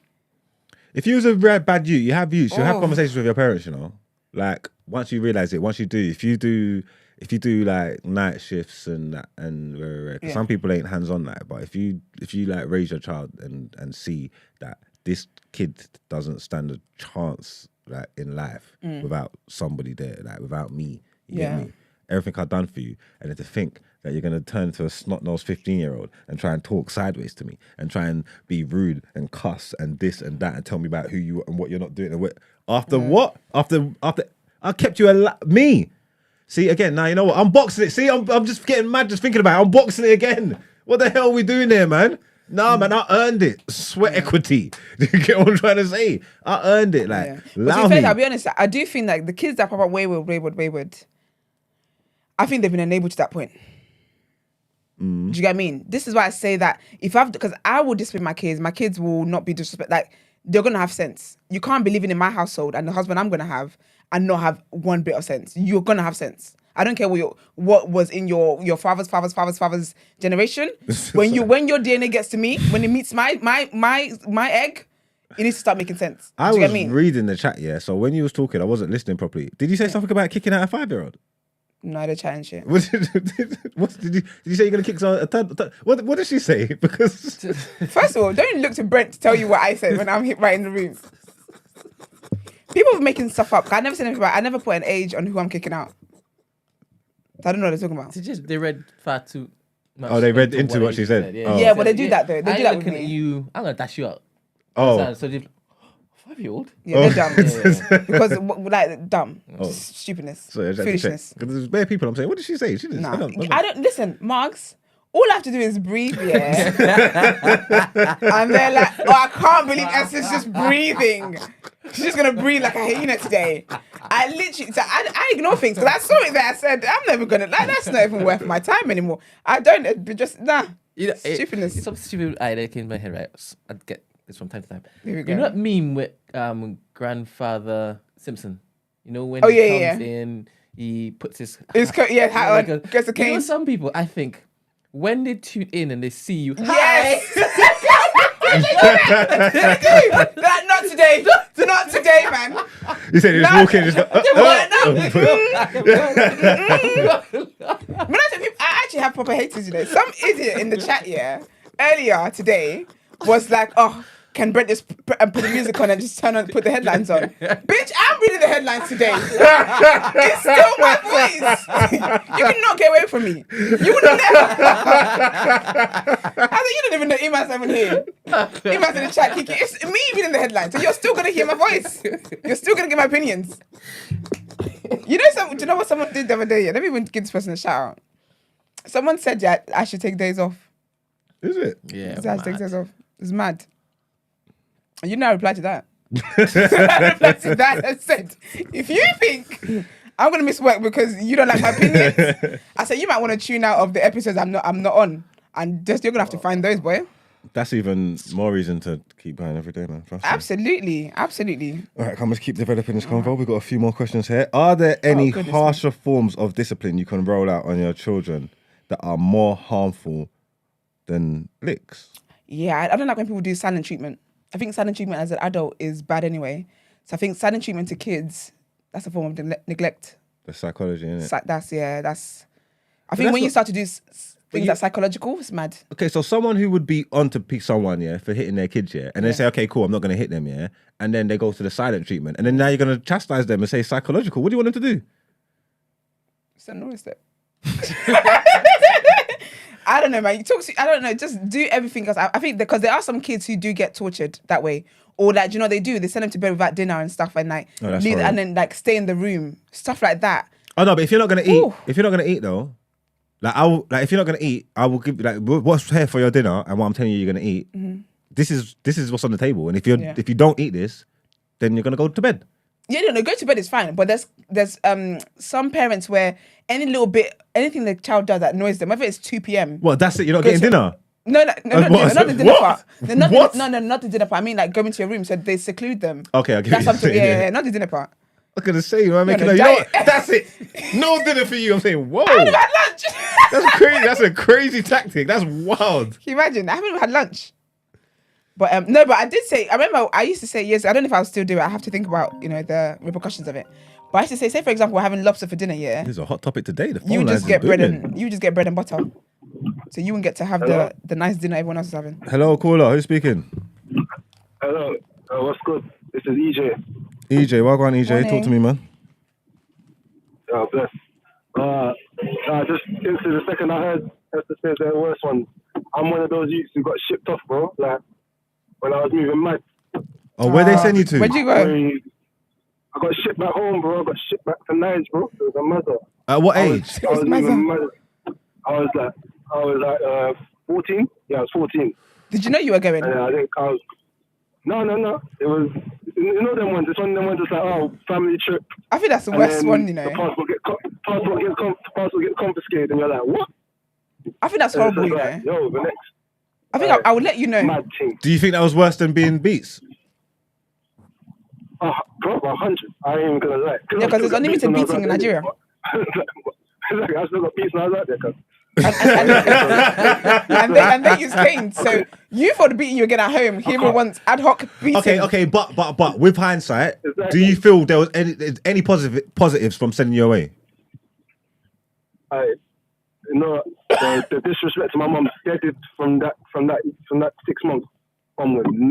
I never flick up to my mum ever again from that day. I'm a big man now. I'm 35 now. You're bringing her water to wash her hands and all sorts. Love that.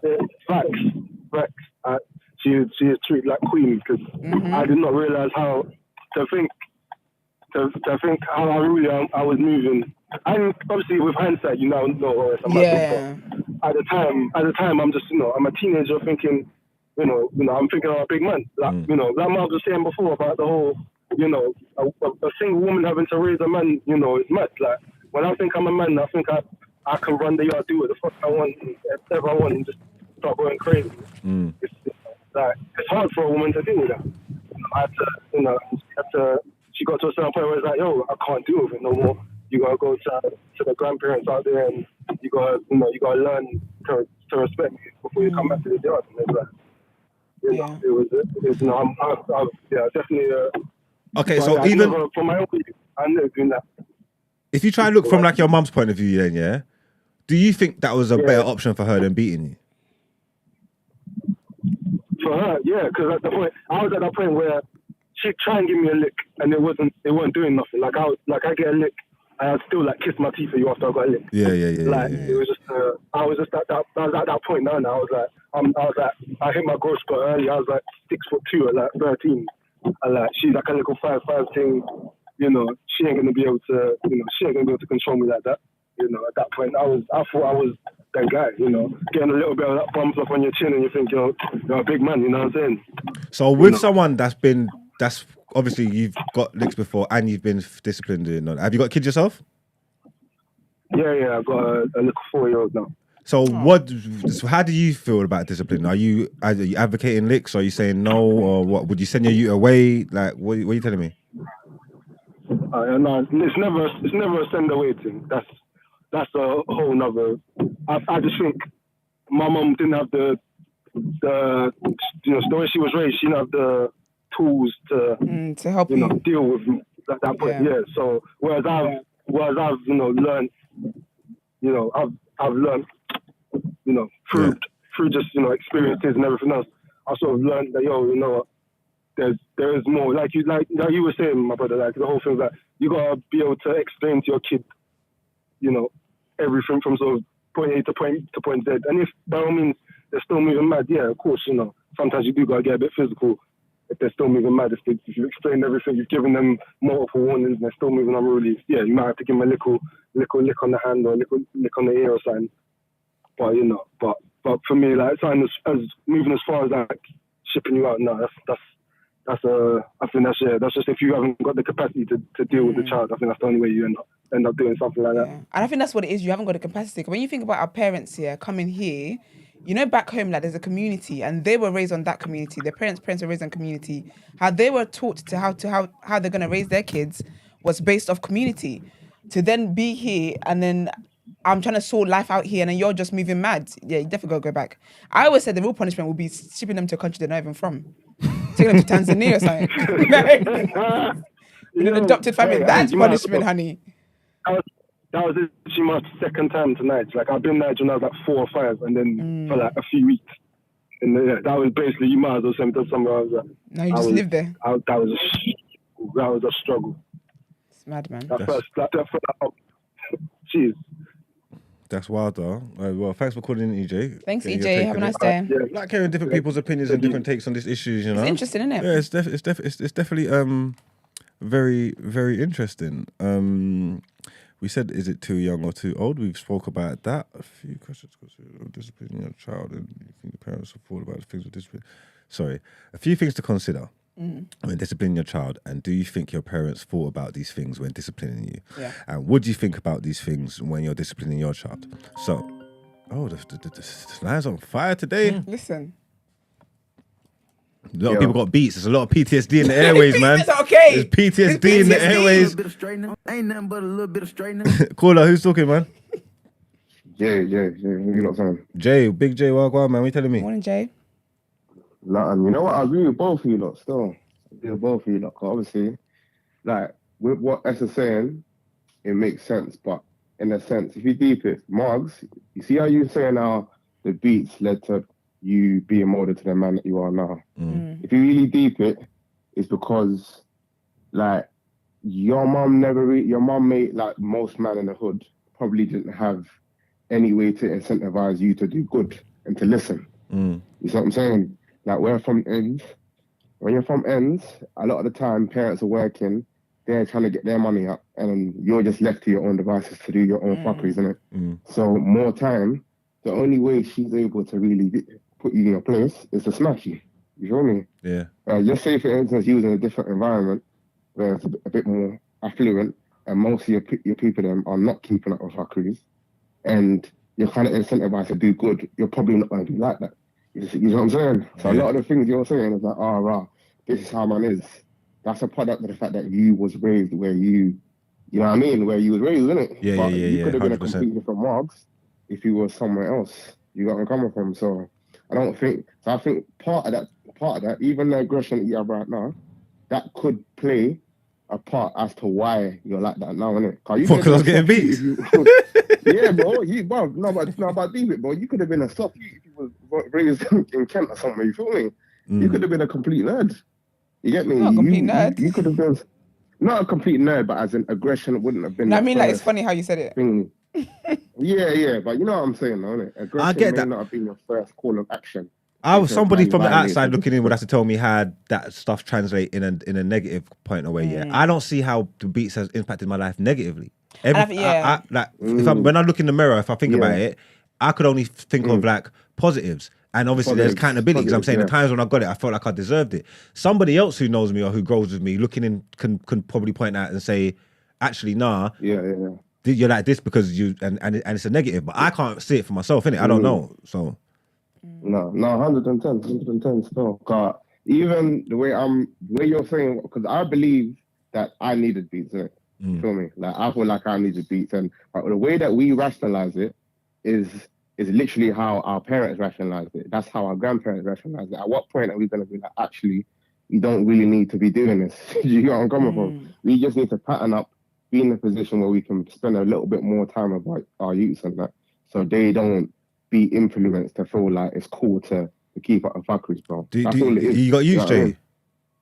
No, no youths for me. No youths. Okay, so if you had youths, you don't think you'd beat them then? I think at a certain age, but after after 6, I don't really, it'll be like minor smacks, not really like licks, like how mum gave man licks. Yeah. My mum used to bring out the cane, bro. You know, she weren't playing. Yeah, I've been beat with everything, curtain wire. I'm red skin, you know. My skin whale is up, you know. Like you see the. You see it on me. No, you see it. I'm telling you, whale up, legs, thighs, back, arms. You see it. Not leg, thighs, back. You see that curtain wire? That curtain wire can scare you into sense without even touching you. Just hearing it. Nah, it's big. Which is just moving like Zora's going. Yeah. Like, you know that cut skin. Just seeing her maneuver with that will make you act right. You get beat as well, Esther? Yeah, so I lived in Nigeria, so I definitely had the floggings, the cane, all that stuff. Even teachers and stuff like that. It was a lot. So what's your stance? You're not going to beat your kids? No, I'm not against like smacking if they need to be smacked. But that's not going to be my main way to communicate with them. I think each child is different. I have seen people who have grown up and literally like getting beats really, really affected them. I just think each child is different. But it's not going to be my go-to. I don't think that. And again, because I was saying earlier about not doing as a way to communicate or as a form of reaction or in anger. Do you get what I mean? But sometimes the kids do need a smack. I don't think there's anything wrong with that. What do you think about disciplining youths and not disciplining women? As in, like, hitting the male pitney, but not hitting the female pitney. What do you not think about that? Nothing. Anyone needs discipline, boy.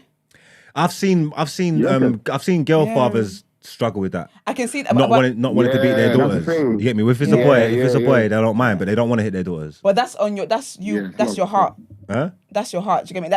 It's not. I don't think it's a thing. It's more you feeling bad because she's a girl and you want to protect her and stuff. I'm an equal opportunist, man. If I have a daughter and she's being rude, I'm tearing it up. All right, don't say like that. Lighting it up. Don't say like that.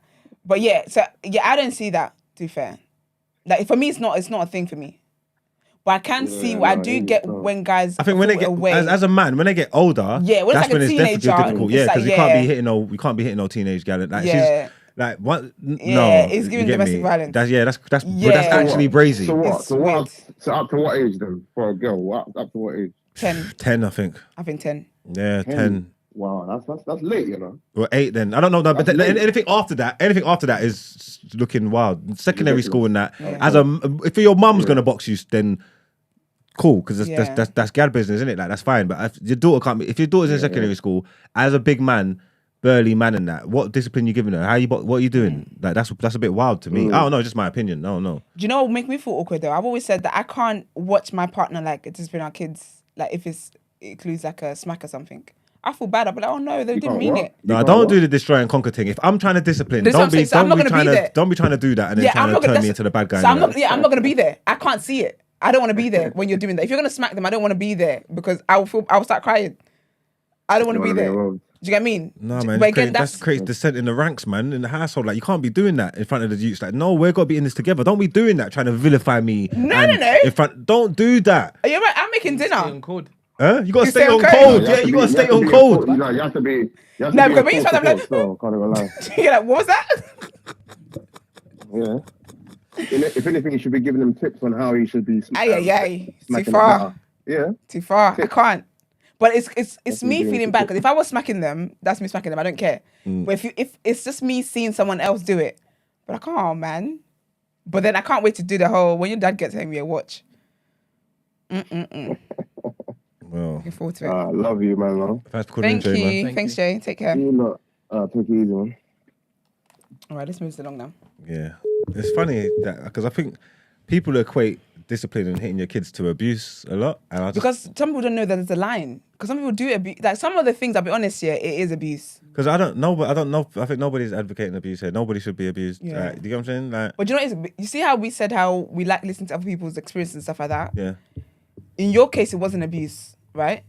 But then in some people, when they're talking about this topic, because it was abuse for them, do you get what I mean? So, but because we talk about it, people rarely think about the abuse stage of it. Well, we just talk about beating. We all project our thoughts and feelings onto everybody else. You know what I'm trying to say? Like, and even when what Jay was just saying to me when he's speaking, like, my situation is unique to me, how I grew up in it. So my mentality and my mindset, it works for me, and that's how I think. But then what I do now is I project that onto everybody else. Some people who didn't live like me and never lived like me ain't never gonna need the kind of discipline that I got growing up. Like, do you know what I'm trying to say? Like, so it's not linear. It is a case by case scenario. You get me? But fucking hell. All right, last one, and then last call. I know. I'm sorry.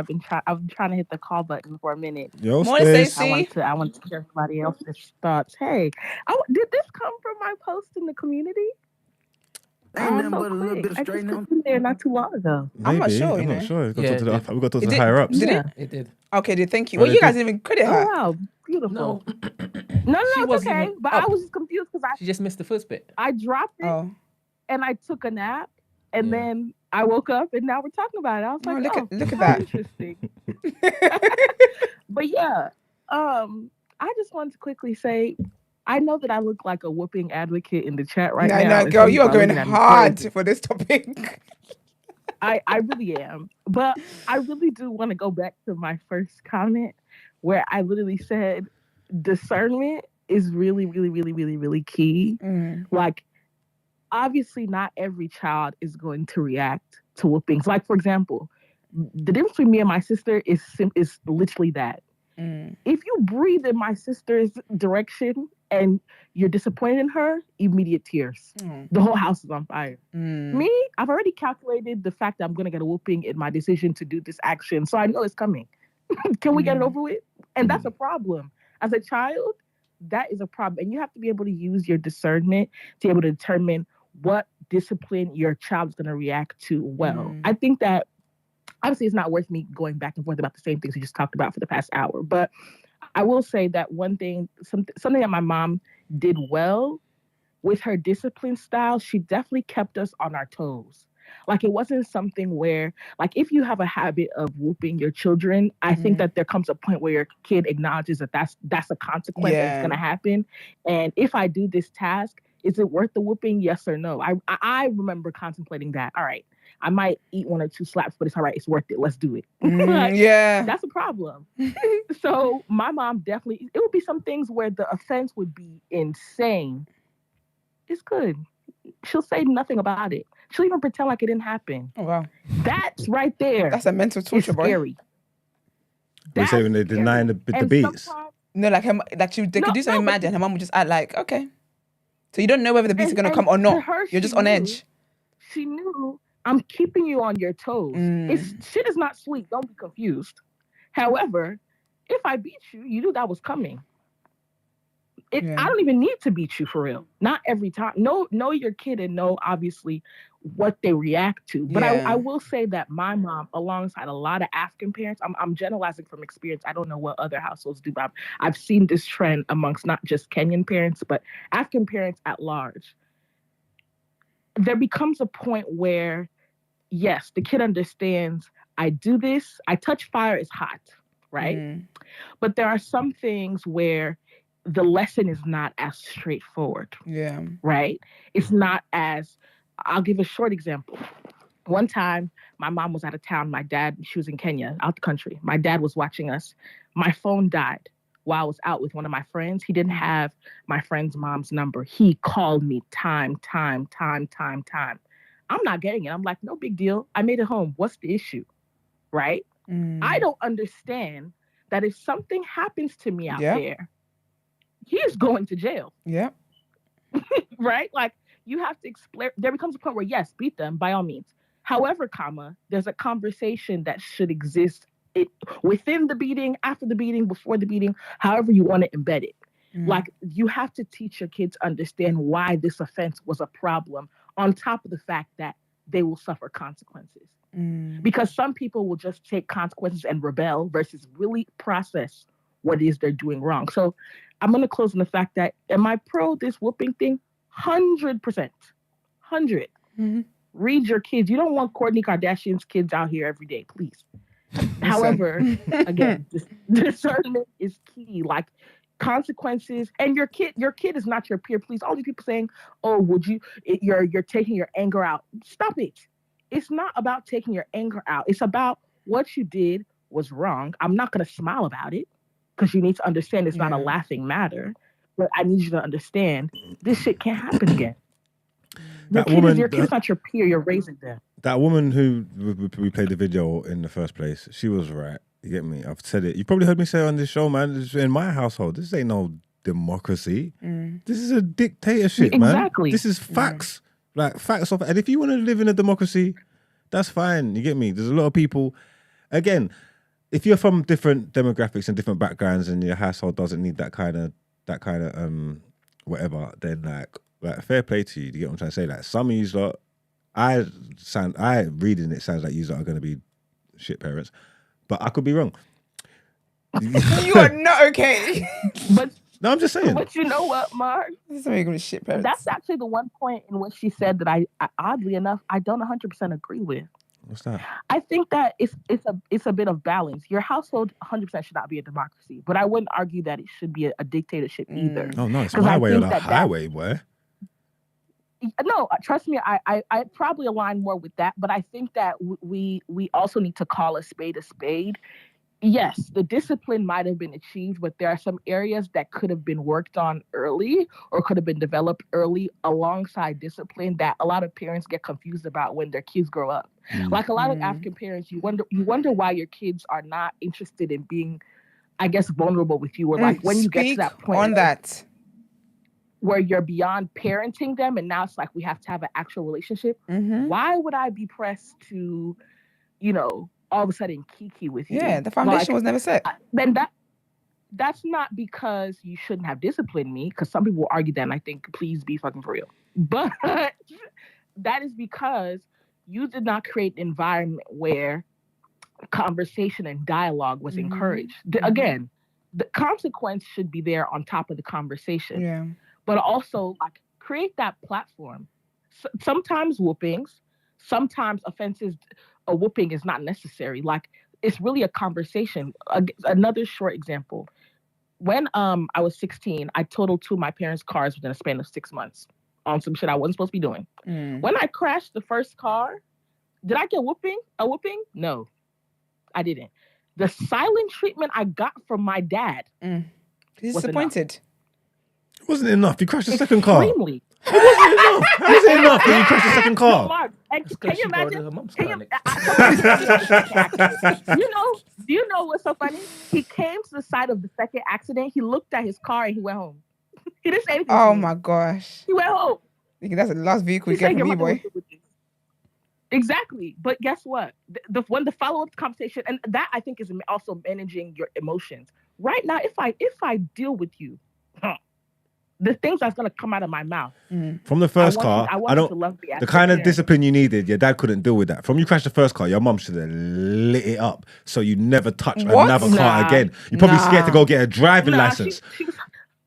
What age was that, please? It's true, but still, like, the conversation, like, after you've understood the fact that, and this goes over everything.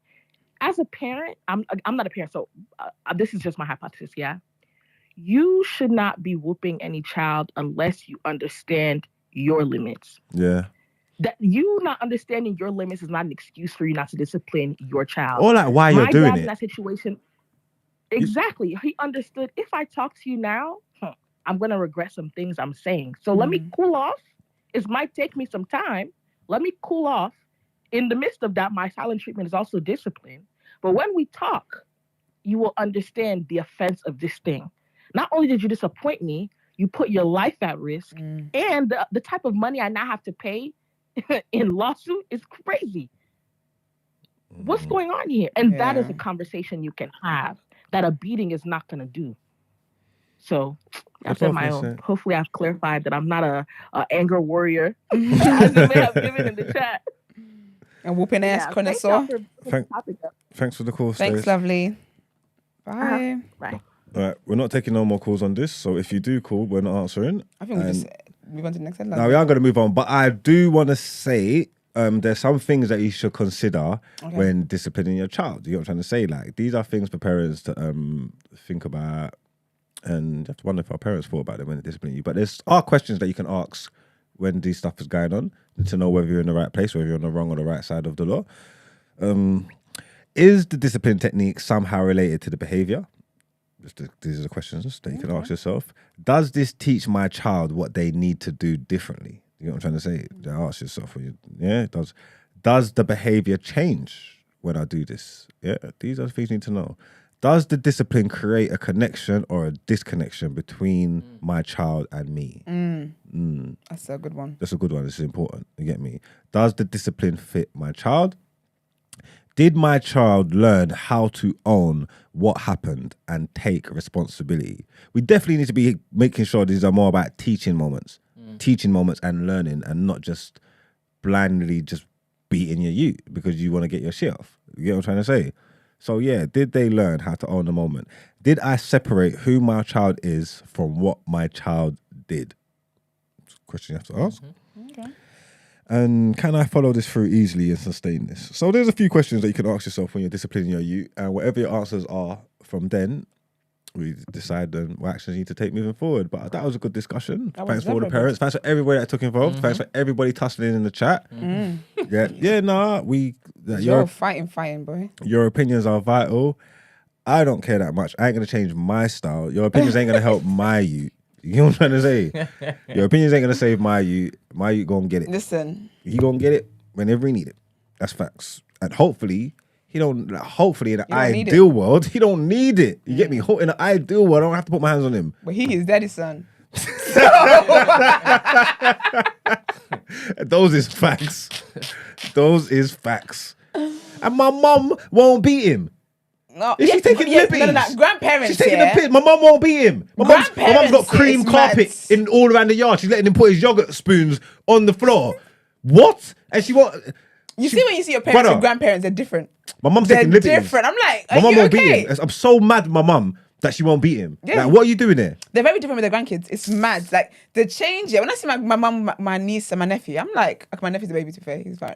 But my niece, I'm just, even my little sister, actually, if you've got like siblings that are much younger than you, with my little sister, my mum's like to me, when Esther gets home, watch, I'm the one who disciplines in the house.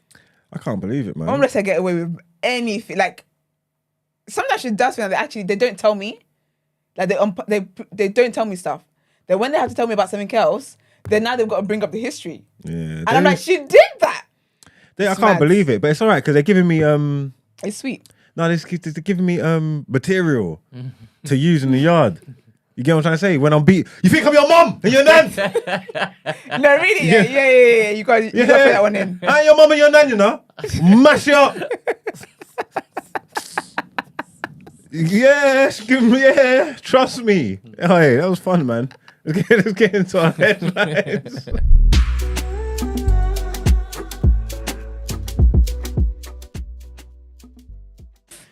All right, guys. So the ONS is saying the ethnic minority COVID death gap has closed or is closing. So people from ethnic minority backgrounds are no longer significantly more likely to die of COVID-19, new Office for National Statistics data shows. Analysts looked at mortality rates for different ethnic communities between January and November of 2022, when Omicron was the dominant COVID variant. Early in the pandemic, deaths involving coronavirus were higher among Black and Asian people than white people. The highest risk was among Bangladeshi, Black Caribbean, and Pakistani groups. COVID mortality rates for all ethnic minorities decreased last year. The latest data shows there is no significant statistical difference between the number of COVID deaths among ethnic minorities and the white population. The ONS has also said that all-cause mortality rates measuring how likely are to die of any cause, including COVID-19, have returned to pre-pandemic patterns. The reasons for this change are complex, and experts say there are various factors to consider. Dr. Veena Raleigh, an epidemiologist and senior fellow at the King's Fund, told the BBC that at the start of the pandemic, we knew very little about COVID-19, how it transmitted, and how it mitigates its spread and impact. The virus had its greatest impact on people who were most vulnerable and exposed to the infection. That was older people and people working in frontline jobs, key workers in the NHS, public transport, etc. And of course, ethnic minorities are disproportionately working in those roles. Our next headline, trigger warning, is about child abuse material being found in VR headsets. So trigger warning, guys. Pedophiles are using VR headsets to view and store child abuse imagery, crime figures show for the first time. The NSPCC obtained the data after a Freedom of Information request to all 45 forces in the UK about numbers of child abuse image offences. It found forces had recorded 8 offences involving headsets and VR. The charity is warning the growing use of virtual reality headsets to explore the so-called metaverse exposes children to new risks online. Sir Peter Wanless, the NSPCC's child executive, said, "We hear from young people who feel powerless and let down as sexual abuse risks become normalized. VR headsets allow access to a variety of virtual games, chat rooms, and experiences, sometimes known as the metaverse." Mark Zuckerberg founded Meta, embracing the idea of the metaverse. He believes VR is an important part of the company's future and has invested billions in this technology. The UK government expects the spending of virtual and augmented reality technology to reach more than £60 billion by 2030. Catherine Allen is an expert on VR and CEO of an immersive technology company, Lumina Immersive. She said this is an emerging, fast-growing threat that politicians and technology companies need to take seriously. Online offenders will flock to places where there is little scrutiny or regulation, and we can see this happening in VR. The government says that VR headsets and the metaverse are covered by the Online Safety Bill, which is going through the Lords at the moment. And our last headline is about the Ashake concert and how there was only half a number of the recommended medical staff. So only half the recommended number of medical staff were on duty at the O2 Brixton Academy on the night of a crush at the South West London venue. Industry guidelines suggest there should have been medical cover of at least 10 people, including a paramedic and a nurse. After 2 insiders approached the BBC, the medical cover provider confirmed only 5 people were working when the crush happened in December. No paramedics or nurses were present. Rebecca Ikumelo, who's age 33, and security guard Gabby Hutchinson, who was 23, died in hospital following the crowd surge on the 15th of December 2022 at the concert by Afrobeat artist Ashake. The medical provider Collingwood Services Limited said it was fully confident its team had responded speedily, efficiently, and with best practice. Two whistleblowers who regularly work for Collingwood Services Limited at Brixton told BBC Radio 4's Fired on 4 programme that medical cover at the South London gig had been inadequate. Neither of them was there when the crush happened, but one said he had spoken to colleagues who were. The insiders were told that 5 of the people working at Collingwood at the venue, none had a paramedic qualification. That is mad, you know. So they were just people that just hired. Bartenders. That's mad. All right, let's get into Word on Road.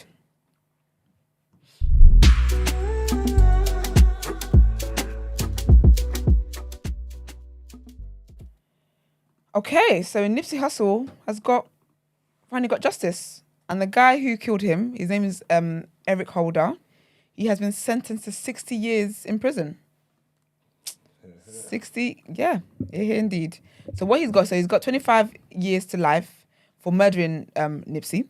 Then he's got an additional 25 years to life based on a sentencing enhancement because he used a gun.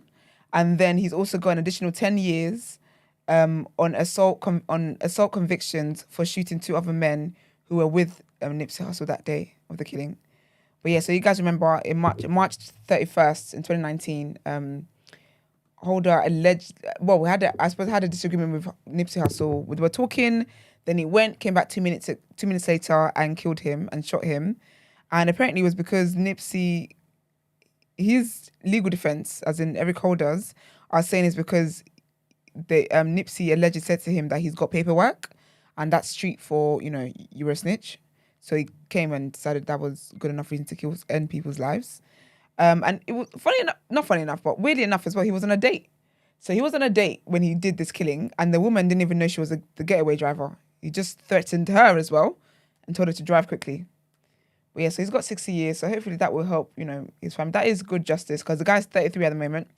So 60 years, that is what, 93? I don't think he's going to make it to come out, basically. So that's what happened. And then, so there was a conversation the other day. So the BAFTAs happened over the weekend. And I don't think I said it on air, but I was saying, when I was looking at the winners, I was like, oh, actually, no black person won. And I actually counted number of black nominees. I think it was like maybe 6, 7 of them, if that. Yeah, so also Dr. Shola she tweeted, right, how there was not one black winner of the BAFTAs. So she said that every BAFTA winner is white is not shocking.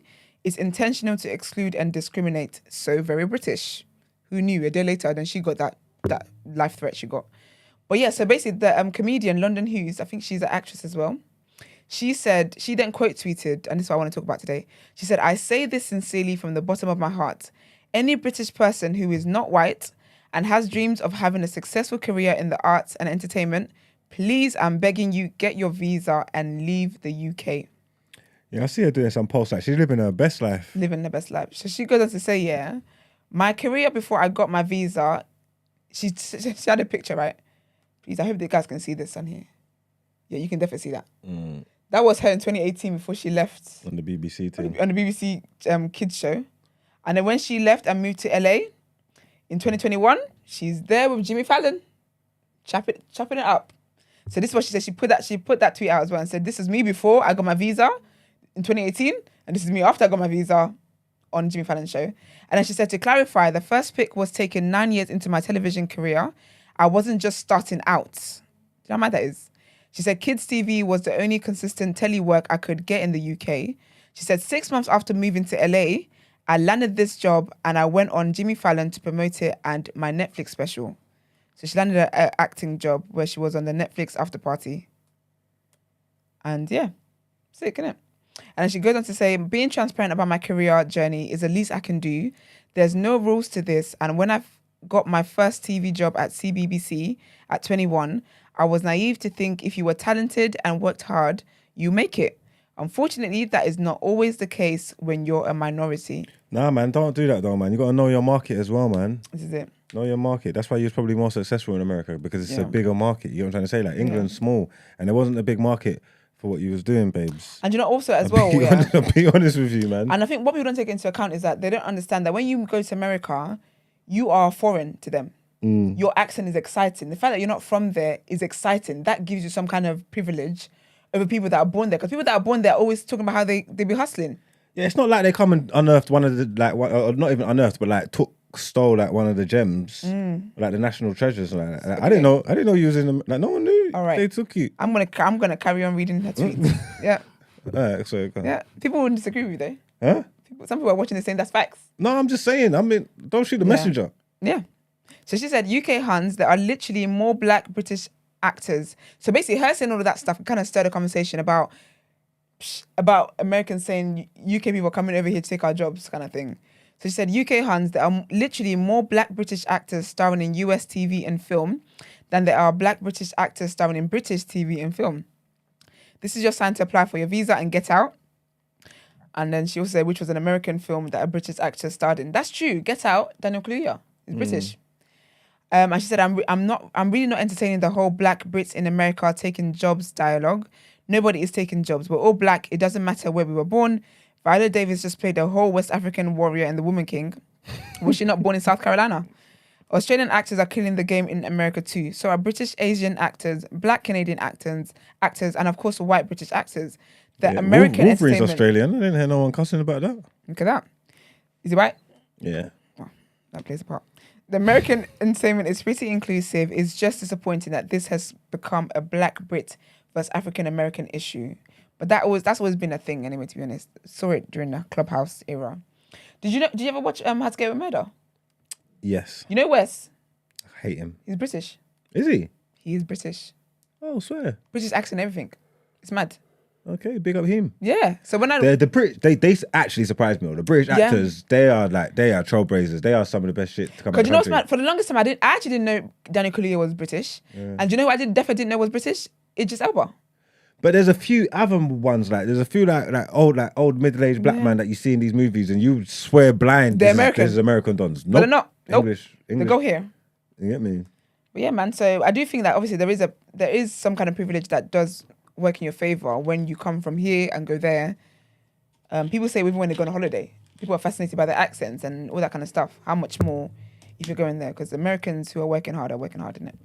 And I saw, so obviously Scissor is currently having shows and stuff like that. And people then are trying to speculate that Scissor's pregnant. And I'm not reporting this to add to speculation. I'm reporting this because people need to stop whim watching. Do you know what I mean? Like, let people announce the pregnancy. If she is pregnant, let people announce it when they want to announce it. And also as well, some people just put on weight, you know. And she's been doing that. Amen. That's what I'm saying. And then people are like, just stop it, man. It's not. I don't think it's nice. I wouldn't want my pregnancy revealed to people before I get to really. Scissors buff. Well, what would be a shame is if she's not pregnant. She might not be. Yeah, well. And then that's the thing, because then the comments get really mad. Someone was like, "Oh, you need to get a refund on your BBL." Why? Because the picture. Why is it bad? I'll send it to you. Shit. And my last bit of news is that the BBC, hear this, BBC are wanting to do, well, they're going to do a BBC TV drama on the Grenfell Tower fire. Don't want to see that. Mate, when I first heard that, if the BBC got it, it's going to be good. Do you think so? Oh yeah, the BBC do drama well. I wouldn't want to watch that. One thing about them, it's going to be graphic.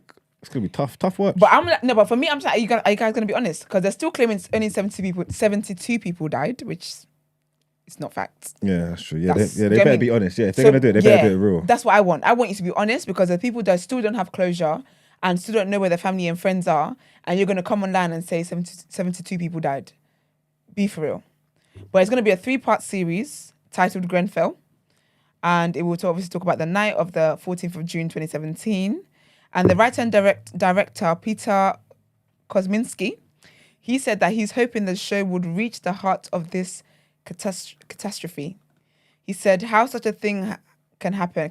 He wants it to examine how such a thing can have happened and how we can avoid it ever happening again. He says occasionally events occur in our national history which touch us all. The fire at Grenfell Tower is such an event. We remember what we were doing when we heard about it. Remember the pictures, the saturation coverage. And yet, despite the many newspaper pages and TV hours devoted to the story, we may be left with a less than clear sense of exactly what happened, what went wrong. So it's basically going to talk to survivors, family and friends of bereaved family members, and firefighters. And it's going to use interviews and evidence from the public inquiry. I don't think it's too soon or tone deaf or anything like that. If they're going to tell the truth, if they it would be bad yeah. if they try and paint some picture that's not true and gaslight victims. You get me? And gaslight the victims and that while people are out and have to watch that. That would be absolutely terrible. But if they do a legit real life depiction of what happened and what happened to the people afterwards and all these kind of things, like we need to see it, man. We need to see it, man. Tell the truth and shame the devil, man. Yeah, that's what I'm on. That's the thing. Yeah, I don't. Yeah, it'd be interesting to see what it is, I suppose. But they just have to come and tell the truth. Otherwise, I don't think there's a point. But that is all for me. Before we carry on, I don't know if I said it once this show. Can we like the video, please, and kindly subscribe and also share it, drop in your timeline, but like the video. Thank you. Let's get into our, what are we doing? Headlines. Let's get into our next headline.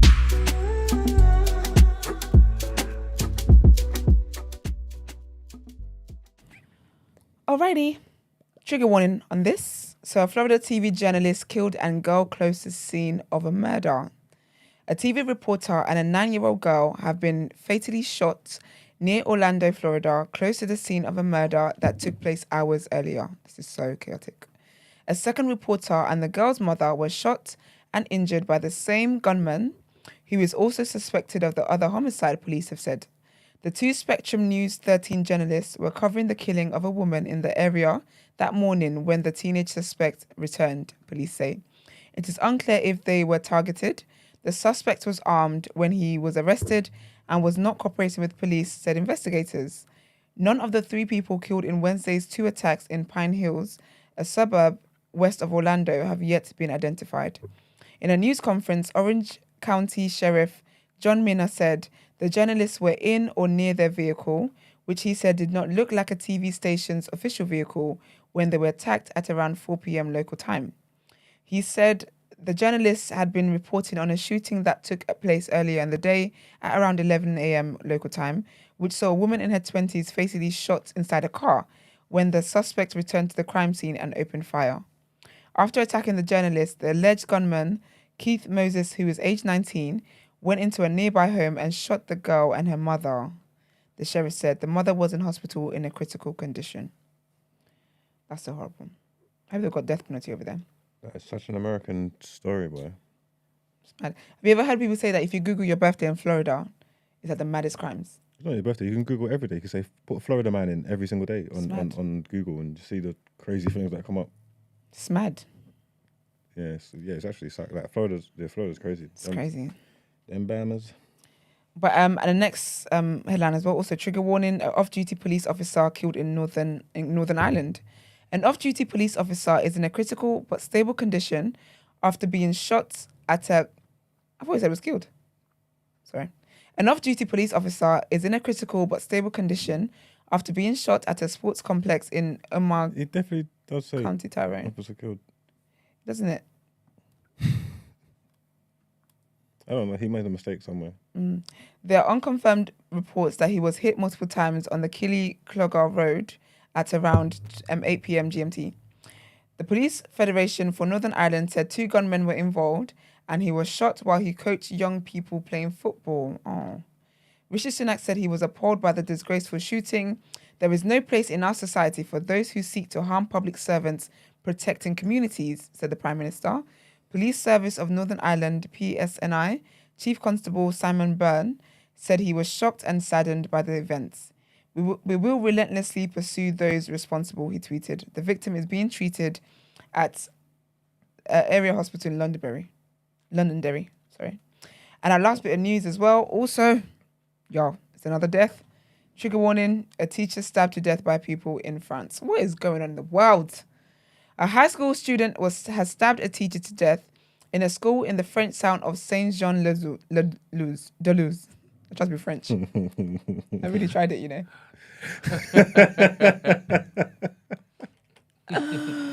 All right. French government spokesman Olivier Véran, I sound Italian there, confirmed Wednesday's attack and said the perpetrator was 16 years old. Police attended St. Thomas d'Aquin School with a local prosecutor where the student was arrested. French newspaper Sud-Ouest said the attacker entered the classroom while the teacher was giving a Spanish class and attacked her. I think it's interesting they teach Spanish in France. French TV station BFM. I don't think it's interesting. They teach Spanish in French in France. Well, they just teach French in France. Yeah, they teach Spanish in France. They teach Spanish in England. Yeah, but we speak English. Don't matter. They teach English. Wait, English is the language, isn't it? Oh yeah. All right, moving on. Very swiftly. French TV station BFM reported that the attacker then locked the classroom door and stabbed the teacher in her chest. The teacher was in her 50s and died of cardiac arrest after emergency services arrived at the school, local media reported. Local prosecutor Jerome Bourrier said that an investigation had been opened by local police for assassination and the suspect was in custody. He added that the suspect was not known to the police or the justice system. The prosecutor will give a news conference on Thursday afternoon to give further details about the investigation. France's Education Minister Pap Ndiaye called the attack a tragedy of extreme gravity and expressed his condolences. Today is a time of emotion and a time for solidarity, he said on his visit to the school. The whole nation is present here to express its sorrow and emotion. Local media reported the student might have been suffering from mental health issues. They said at this stage of the investigation, there was no suggestion the incident was terror-related. Of course it wouldn't be. There's a black guy though. In a news conference, Mr. Varane said the government would support educators across the country in the wake of the incident. The school is a private Catholic establishment near the centre of Saint-Jean-de-Luz, a well-known French summer holiday location. By lunchtime, students who had been told to remain in their classrooms were able to leave the school and many were collected by their parents. That is very, very sad. But that being said, let's get into the reaction.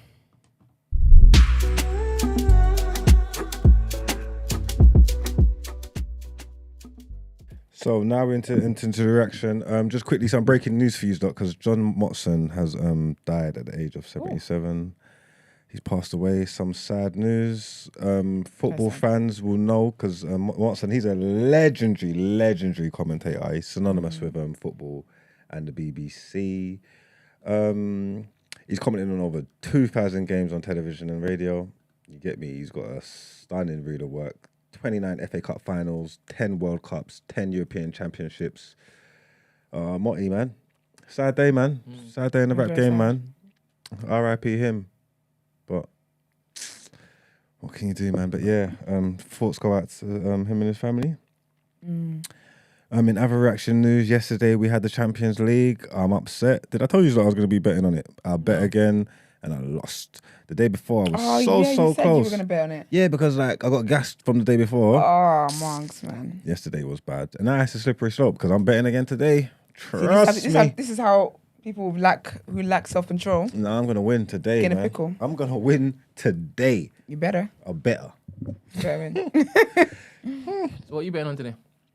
I've just been doing bet builders, so I'm going to do... What am I going to do? I'm going to do... Rashford to have 2 shots on target, Bruno to have a shot, both teams to receive a yellow card, over 4 corners in the match. And that might be it. But if I put a 1 on that or something like that, that'll probably bring up like 3-4 bills, I think. Okay. So that's what I'm going to do. Cool. Yesterday, Inter played Porto. They won 1-0. Lukaku came off the bench, got the winner. Porto got a red card. Can't remember who it was. RB Leipzig played Man City. They drew 1-1. Despite all the dominance in the first half, couldn't get it done. Erling Haaland only had 7 touches in the first half. Didn't get nowhere. I don't know how many he had in the second because the game put me to fucking sleep. But Garvidal leaped up like a salmon and got the equaliser with a lovely header. So we saw that. Tonight we've got the wonderful spectacle of Barcelona versus Manchester United, which I'm going to miss due to hard work and dedication, which is absolutely annoying. Then again, I'm probably going to... You know what? I might have to watch that on my phone. I'm going to sit there in that corner and watch that on my phone and tell them, man, you man, pod. Because I'm busy tonight. Make it do what it do. Yeah, you make it do what it does because I'm busy. You get me? But yeah, we got Barca tonight. You would think I'm going to be confident, especially because how I've been playing and how the last game went and now we're at home. But I don't know, man. Narratives and storylines, man. there's a script here, man. I don't know if I was as confident as everybody else. Everybody that I'm speaking to is like, yeah, we do that. We duff them up. And I'm just like, let's wait and see how that goes. Let's wait and see. So I'm not sure. But we will know about it tomorrow, boy. Definitely we'll learn. And I believe that is all we got for reaction. Let's get into Out Ere.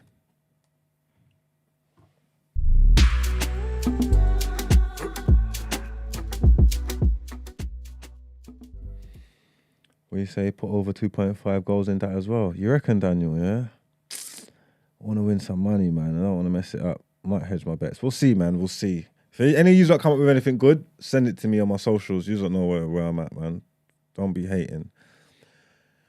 So, Out Ere. Did you see what I done on Out Ere yesterday, Brent? Nah, Brent, it was... Did you see it? No. Iconic, man. I can't use none of these. I went through all of them. But no, it was a good monologue. You need to watch it back. It was really... It was funny. Clip it up? I don't know. I just complained about them. I wasn't happy with the choices. Yeah, it was just... Okay. It was hilarious. But, number one was that. Number two, all the choices that I read out yesterday are still here. Actually mad. There's a fourth choice. There's a fourth thing here. Number 4 wasn't there yesterday. Shall I read what number 4 says? Read it.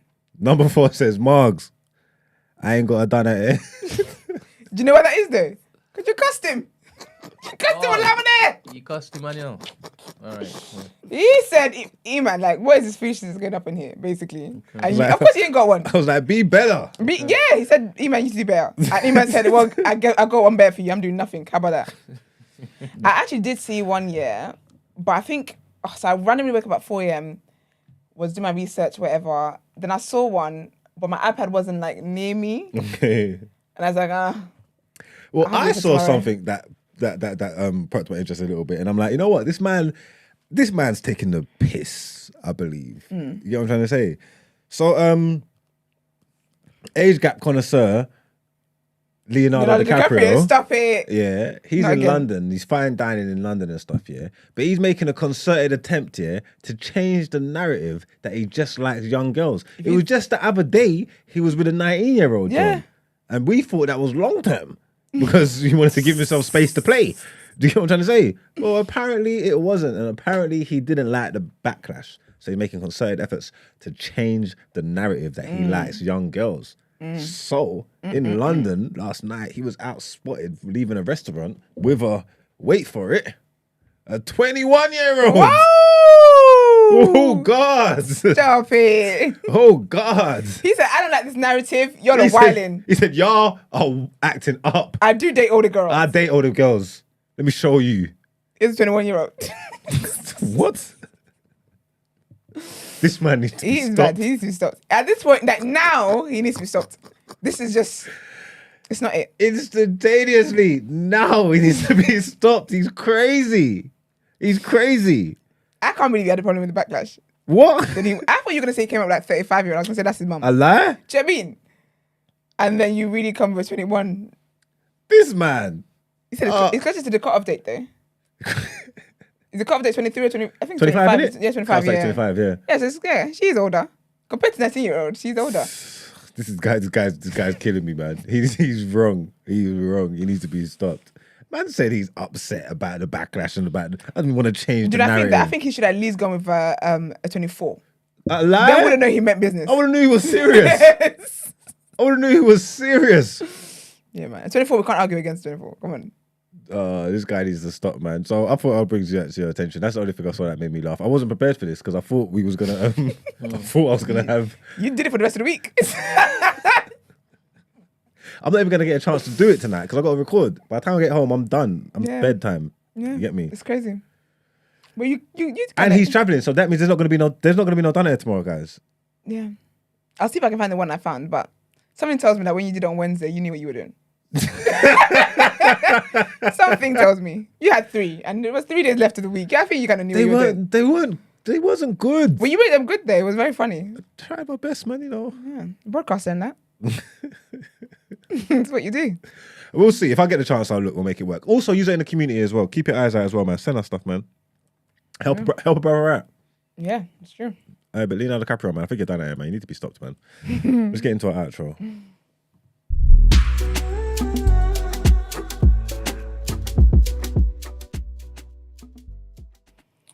All right, people. Thank you very much for a lovely, engaging and entertaining show. Please like the video. Don't come out of this without liking the video. And also subscribe to the channel. Follow us on our social media platforms. The Day After TNB. We are on Instagram, Twitter and TikTok. If you want to send voice notes and text in for dilemmas, the number is 075 64841073. It is Friday tomorrow, right? Yeah. So sis, what would you do? So if you got something on your chest, you need some advice from the girls and the guys, send it in. And if you'd like to inquire about the show or feature on the show. How come Tommy never made it on Word on Road? Who's Tommy?